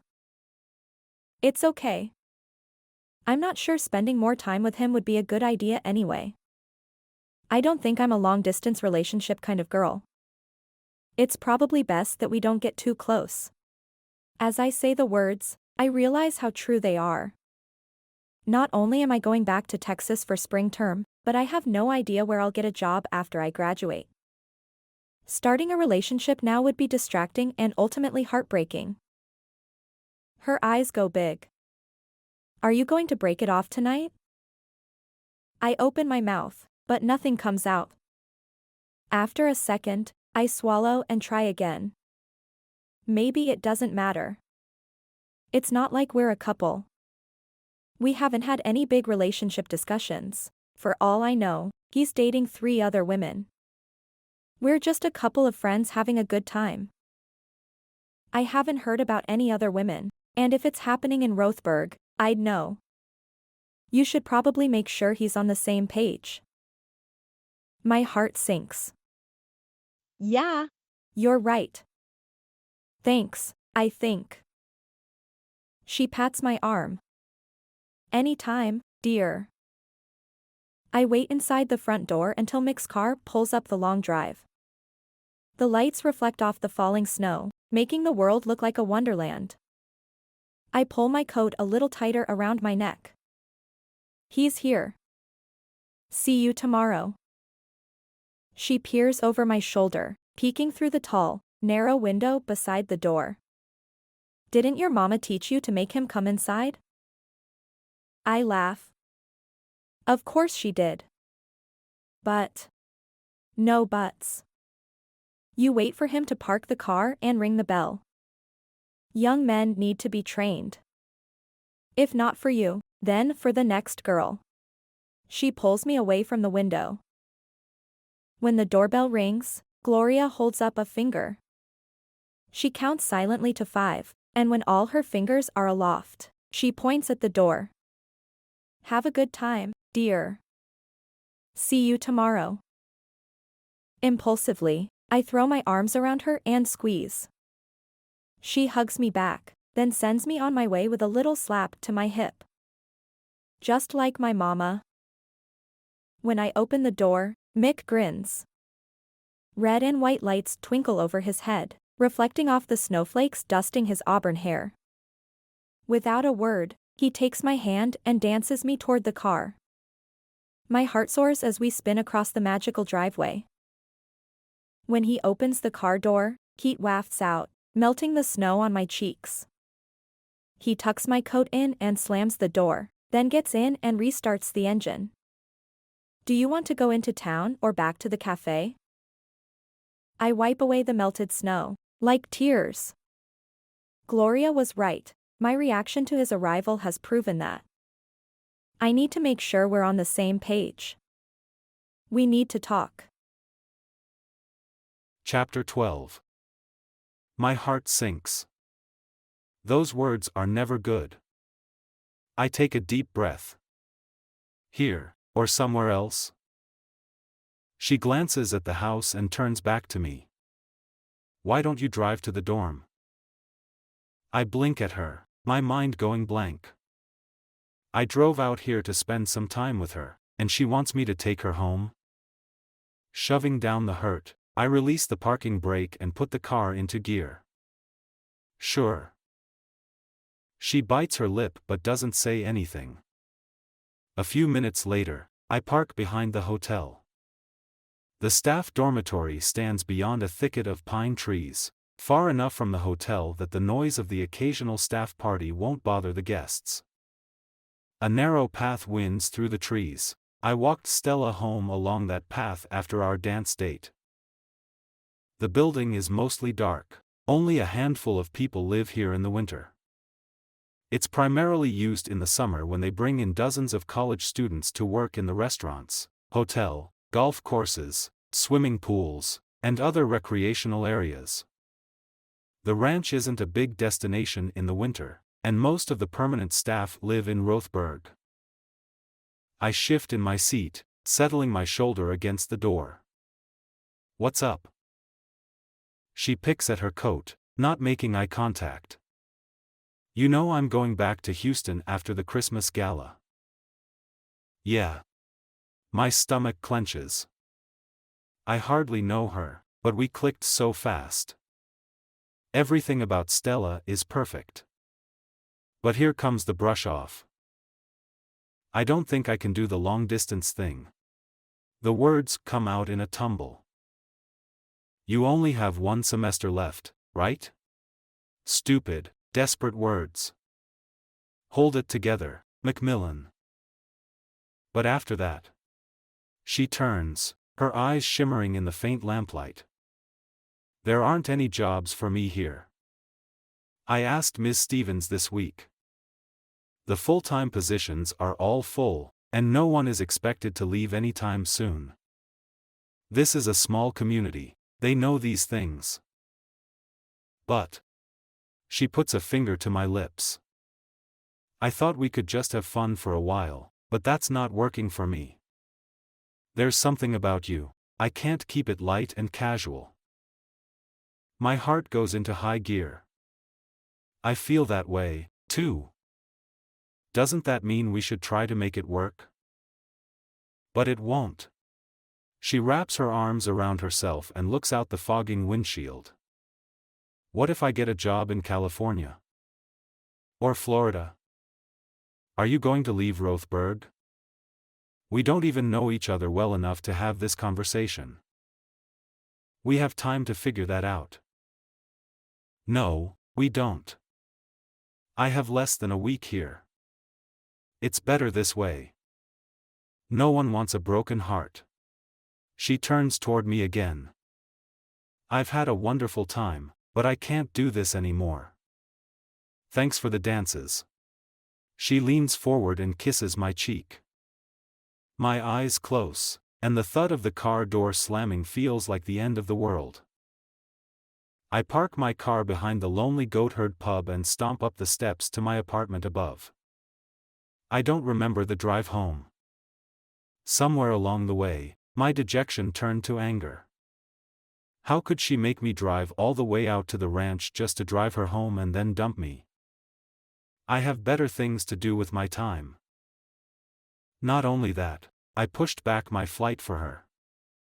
Teachers get 2 weeks off for Christmas, even the brand new ones like me. Wednesday, the 22nd, is the last day of classes. But I knew Stella wasn't leaving until the 24th, so I changed my travel plans to spend more time with her. The fact that she didn't ask me to do that just makes me angrier. I close the door behind me and toss my coat onto a chair.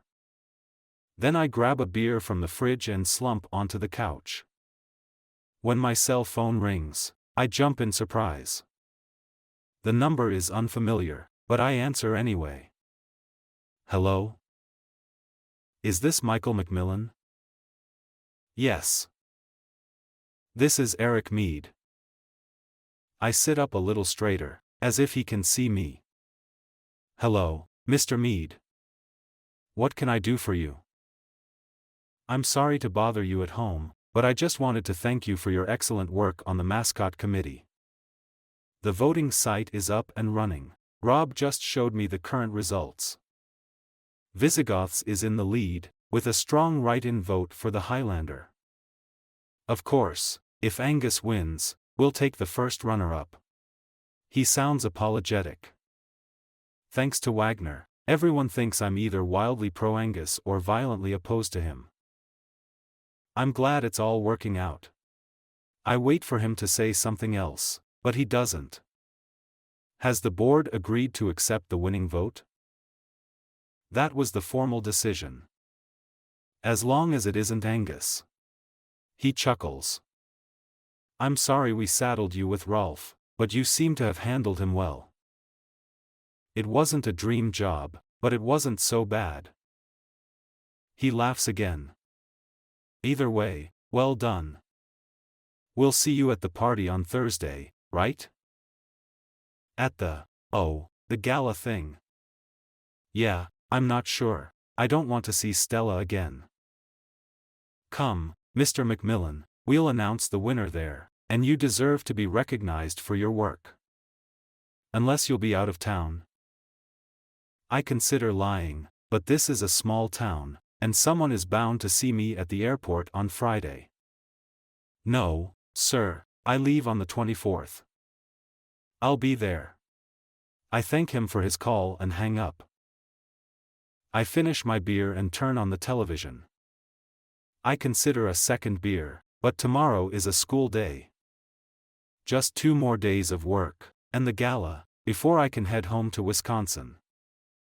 I never thought I'd be so happy to get away from Rotheberg.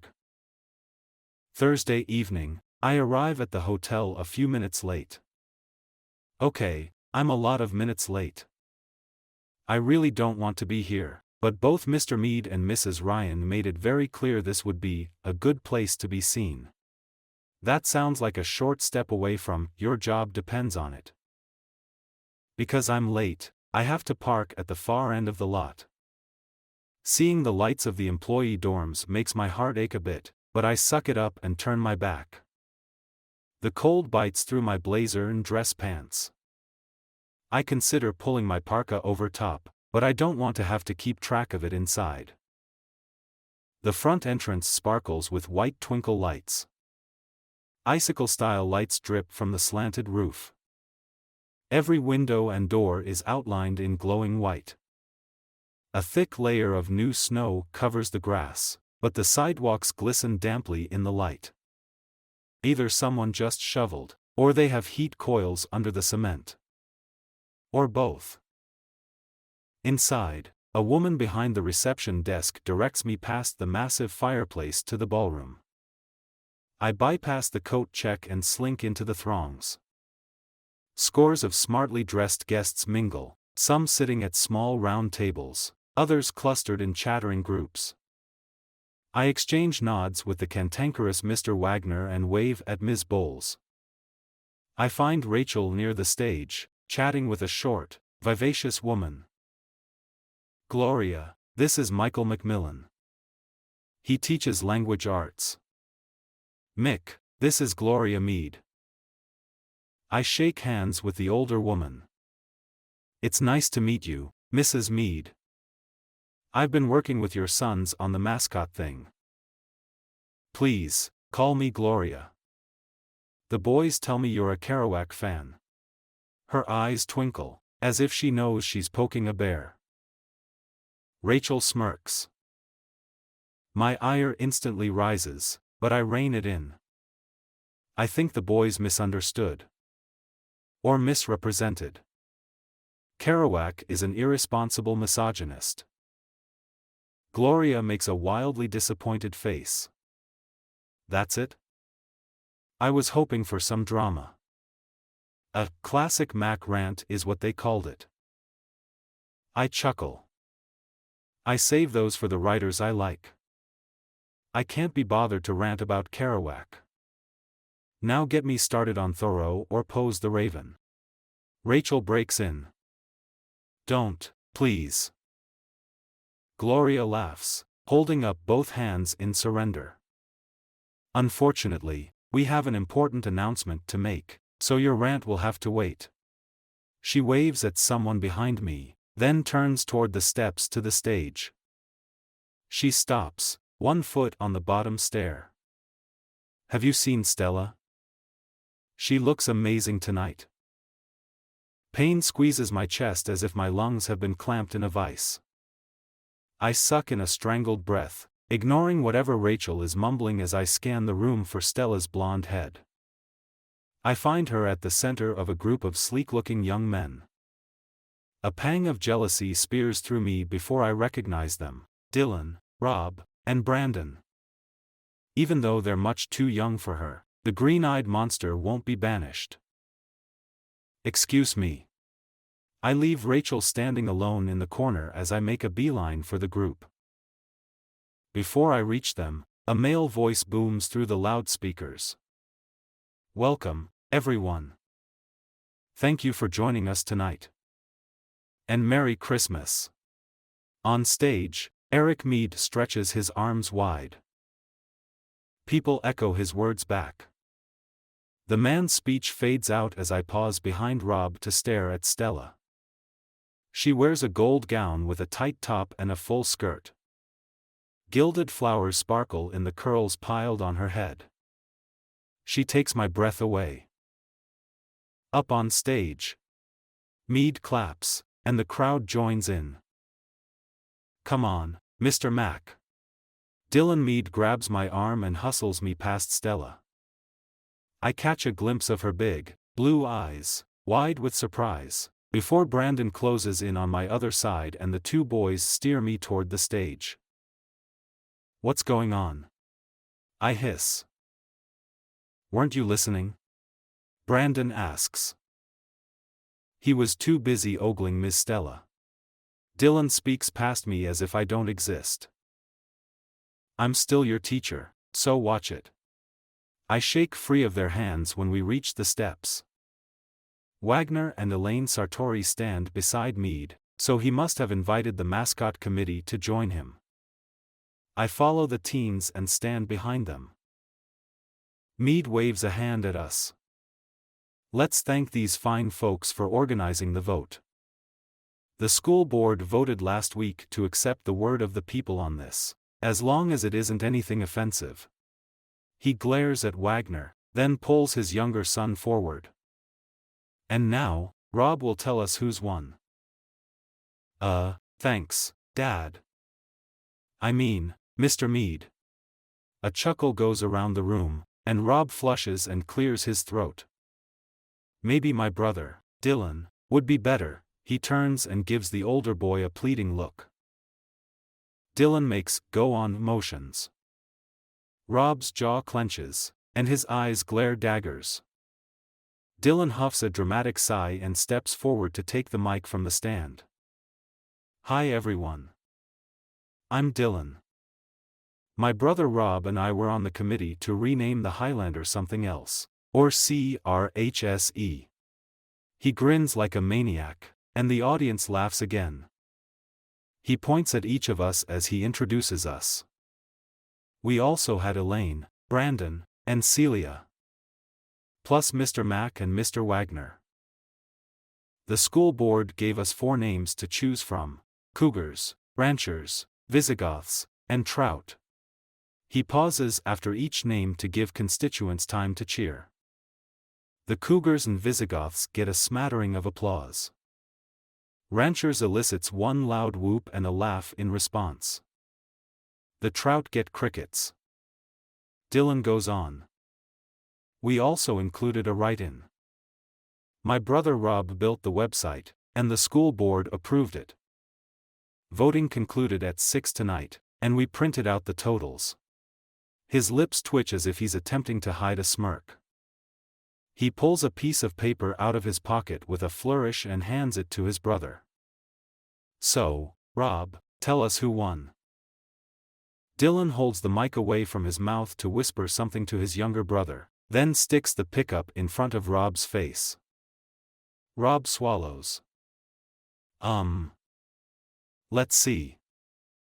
We got 1,410 votes, total. I guess not everyone in town wanted a say. The Trouts, Trout, got 4 votes. Someone groans. The Ranchers got 97. The guy whoops again. We had 146 votes for Visigoths and 165 write-ins for Angus. Wagner shouts, yes, and pumps a fist, then frowns. Wait, does that mean Cougars won? Rob shakes his head. The Cougars got 329 votes. Then the Cougars won, Mead says loudly as he moves toward the mic again. Thanks boys. Rob shakes his head vehemently. Beads of sweat appear on his upper lip. Dylan has given up trying to hide his expression. A gleeful smile has spread across his face. He whispers something to Elaine, and she giggles. Rob clears his throat. Sorry, Dad. The Cougars didn't win. But that was all 4 names plus the write-in. Mead reaches for the paper. Rob holds it away and whispers something to his father. The older man's eyes narrow, and Rob's cheeks go red. Mead turns his glare on Dylan, who tries to get his grin under control but can't. Mead turns back to Rob with a sigh. Go ahead and tell them. The color drains out of Rob's cheeks, and he shoves the paper at Dylan. The older boy rolls his eyes again, then takes the paper and the mic. The winner, with 423 votes, our new high school mascot is. He gives Brandon a look, and the football player starts a drum roll on his thigh. Other students join in, and Dylan raises one hand, encouraging the noise. Then his hand drops. The rumble cuts off. He puts the mic close to his mouth and sings out like an announcer at a professional wrestling tournament, "The Fighting Edelweiss." Silence. Across the room, something small clatters to the floor. Everyone begins talking at once. Mead struggles to regain control. Finally, he taps the head of the mic, and the thudding cuts through the babble. You heard it here first, friends. Rotheberg High School is now home to the Fighting Edelweiss. Merry Christmas. Mead grabs his son's arms and hustles them down the steps. I follow, sure I'll be held responsible for this debacle. I see my career pass before my eyes. Maybe I should try to find a job in Houston. Clearly, I'm going to need a new one, and that way, I can be near Stella. We end up in a small room behind the stage. Stacks of chairs and a few extra tables line the walls. Mead closes the door in Wagner's apoplectic face. How did the... Mead's jaw works for a moment before he spits it out. The Fighting Edelweiss get 400 write-in votes? 423, Rob says faintly. Rob set up the website. Dylan starts. He breaks off when Mead points a finger at him. Rob does what you tell him to do. I'm asking you, Dylan. We started a write-in campaign. Dylan shoves his hair off his forehead and slouches onto a nearby chair. We didn't want people to vote for Angus, and we thought a flower would be funny.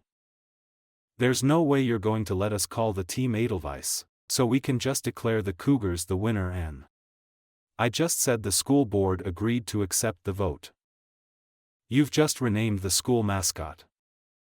I hope you're prepared to wear a white flower on your basketball jersey.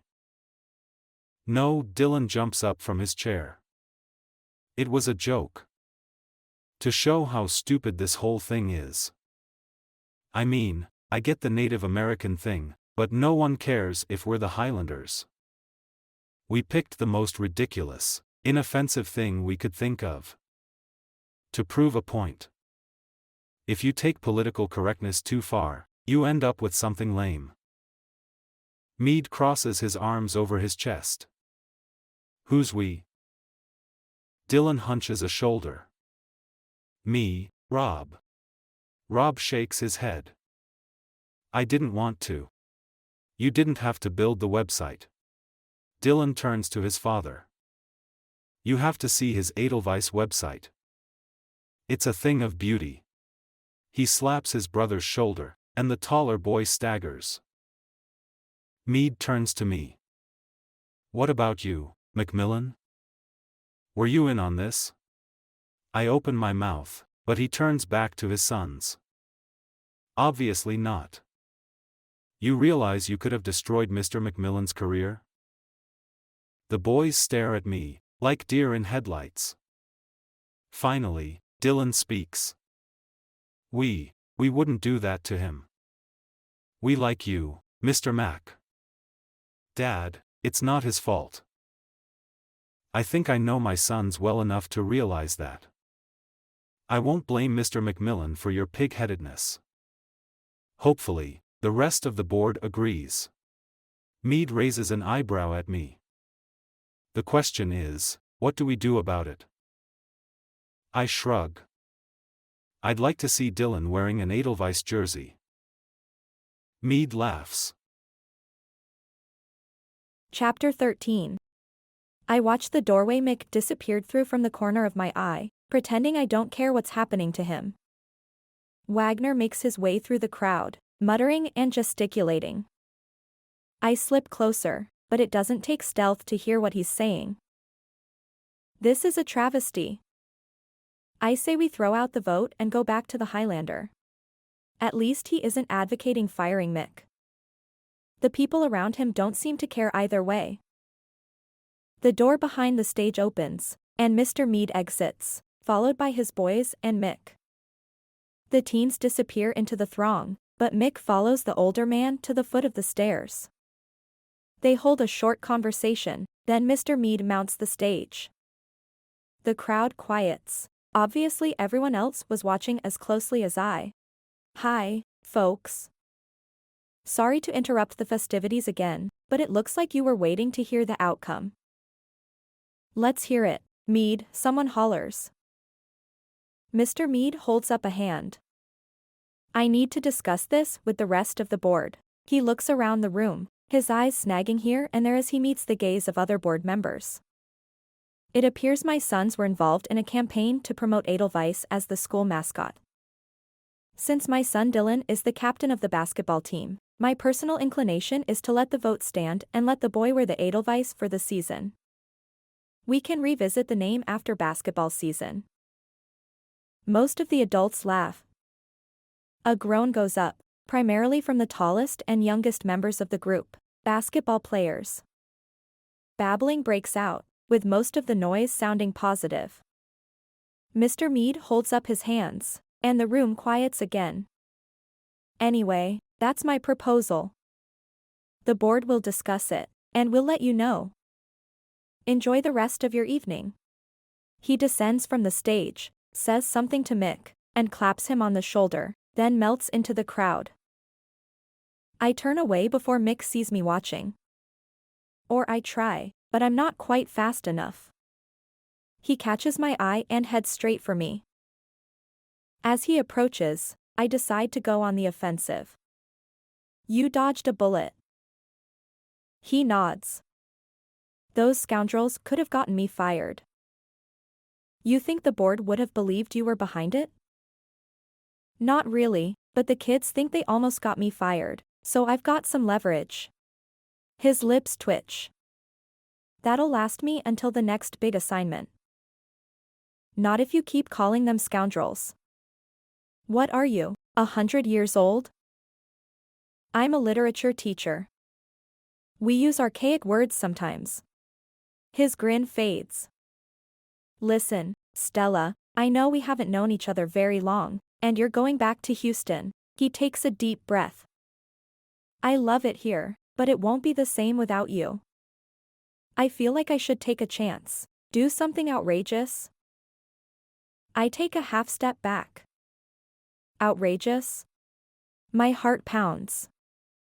He isn't going to propose, is he? We barely know each other. But I can't tell if I think it's a terrible idea or an excellent one. He turns his shoulder, as is making a casual comment on the decor. I was thinking, if I lost my job, well, Houston must need teachers, right? His eyes dart toward me and away again. I swallow. Do I want Mick moving to Houston for me? I tell myself I barely know him. But the crazy people in my head pop some champagne and start a party. You didn't lose your job. He frowns. Not yet. I pleat the fabric of my gold skirt, my heart pounding. What if I don't stay in Texas? I'll graduate in the spring. I could end up anywhere. Then you'd be in Houston, and I'd be here. He swings around and grabs both my arms. His eyes bore into me. I'm not. I won't know until the spring. I haven't started sending out resumes yet. I bite my lip as my eyes finally meet his. The hope and desire in them sends me staggering, but he holds me upright. I should feel overwhelmed by the intensity, but it feels natural, like we were meant to be. Stella, here you are. Mrs. Meade shepherds a couple of elderly women toward us. I'm sorry, am I interrupting something? Her bright eyes flick to Mick and back to me. Mick releases my arms and steps back. No, we were just talking. Mrs. Mead looks him over, then turns back to me. Her voice lowers. Is everything okay? I wasn't sure if you needed rescuing. I shake my head. No, it's all good. I want to tell her to go away. That I need to finish this discussion with Mick, but I can't. Did you need something, ma'am? Mrs. Mead gestures to the two women behind her. This is Mrs. O'Brien and Mrs. Auber. I was just telling them what a fantastic job you did on the gala, and she turns to the older of the two ancient women. Mrs. Auber is the secretary for the ranch's board of directors. You tell her, Enid. Mrs. Auber shuffles forward. She squints over her glasses at me, her eyes foggy with cataracts. Her board position must be honorary. She can't possibly see well enough to take notes. The board is hiring an events director. Someone to work with the staff on events that are important to us. She nods at Mrs. O'Brien and Mrs. Mead. Eleanor Braun does fine work, but she answers to Mr. Gearhart. We want someone who has our best interests at heart. And we want that to be you. My mouth drops open. As soon as I realize, I close it, almost biting my tongue. Thank you for the vote of confidence, Mrs. Auber. But I have another term of school. I won't graduate until May. And I'm not sure I want to be in the middle of what could become a massive turf war between the board and the executive director. She waves her hand as if 5 months is nothing. We won't need you until May. The job is yours. But you haven't seen my resume. Gloria told us everything we need to know. You're hired. The two old women nod at each other as if they've completed something momentous. The crowd parts for them as they sail away. I turn back to Mrs. Mead.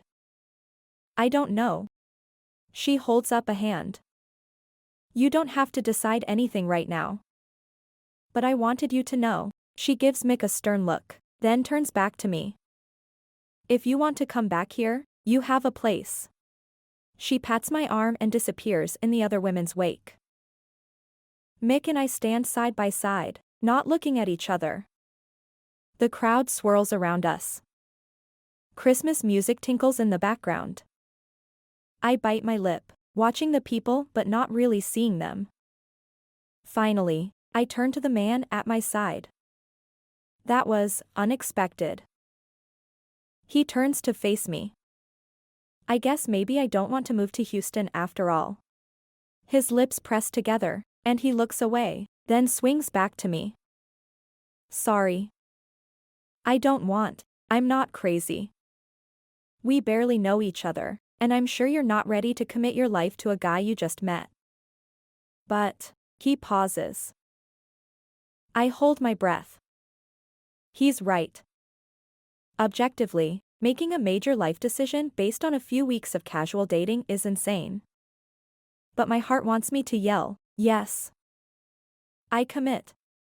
Suddenly, all the fairy tales where the princess marries the guy she just met seem believable. I swallow hard, trying to get the hormones in line. Or whatever is happening. A waiter comes by, holding a tray of champagne glasses. He offers them to us, and we each take one, both grateful for the interruption. At least, I'm grateful, and based on the way Mick chugs half the glass, I think he is, too. How about this?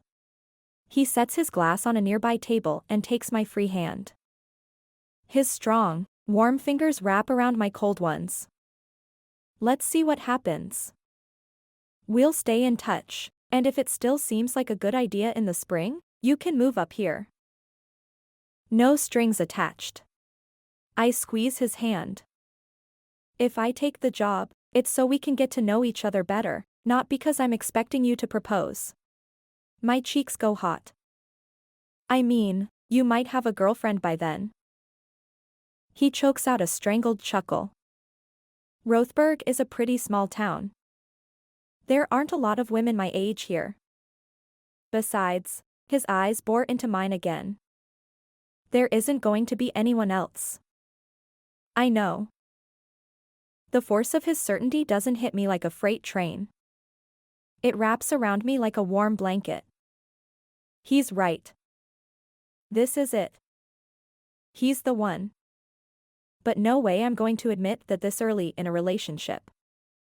I flutter my eyelashes at him. We'll see. He smirks a little and squeezes my hand again. I guess we will. The end. For now. We hope you enjoyed When You Dance at the Christmas Market by Leah Huney. Do you want to know if Stella and Mick stay together? And what happens with the mascot? They all return in When You Bake with the Enemy, Book 1 in the Win in Rotheberg series. You can listen to that book, read adequately by the author and her husband, here on our YouTube channel. You can join Leah's newsletter by going to leahhuney.com/signup. You'll get a free copy of the ebook for this story and information about her other books as well as details on sales and her publishing schedule.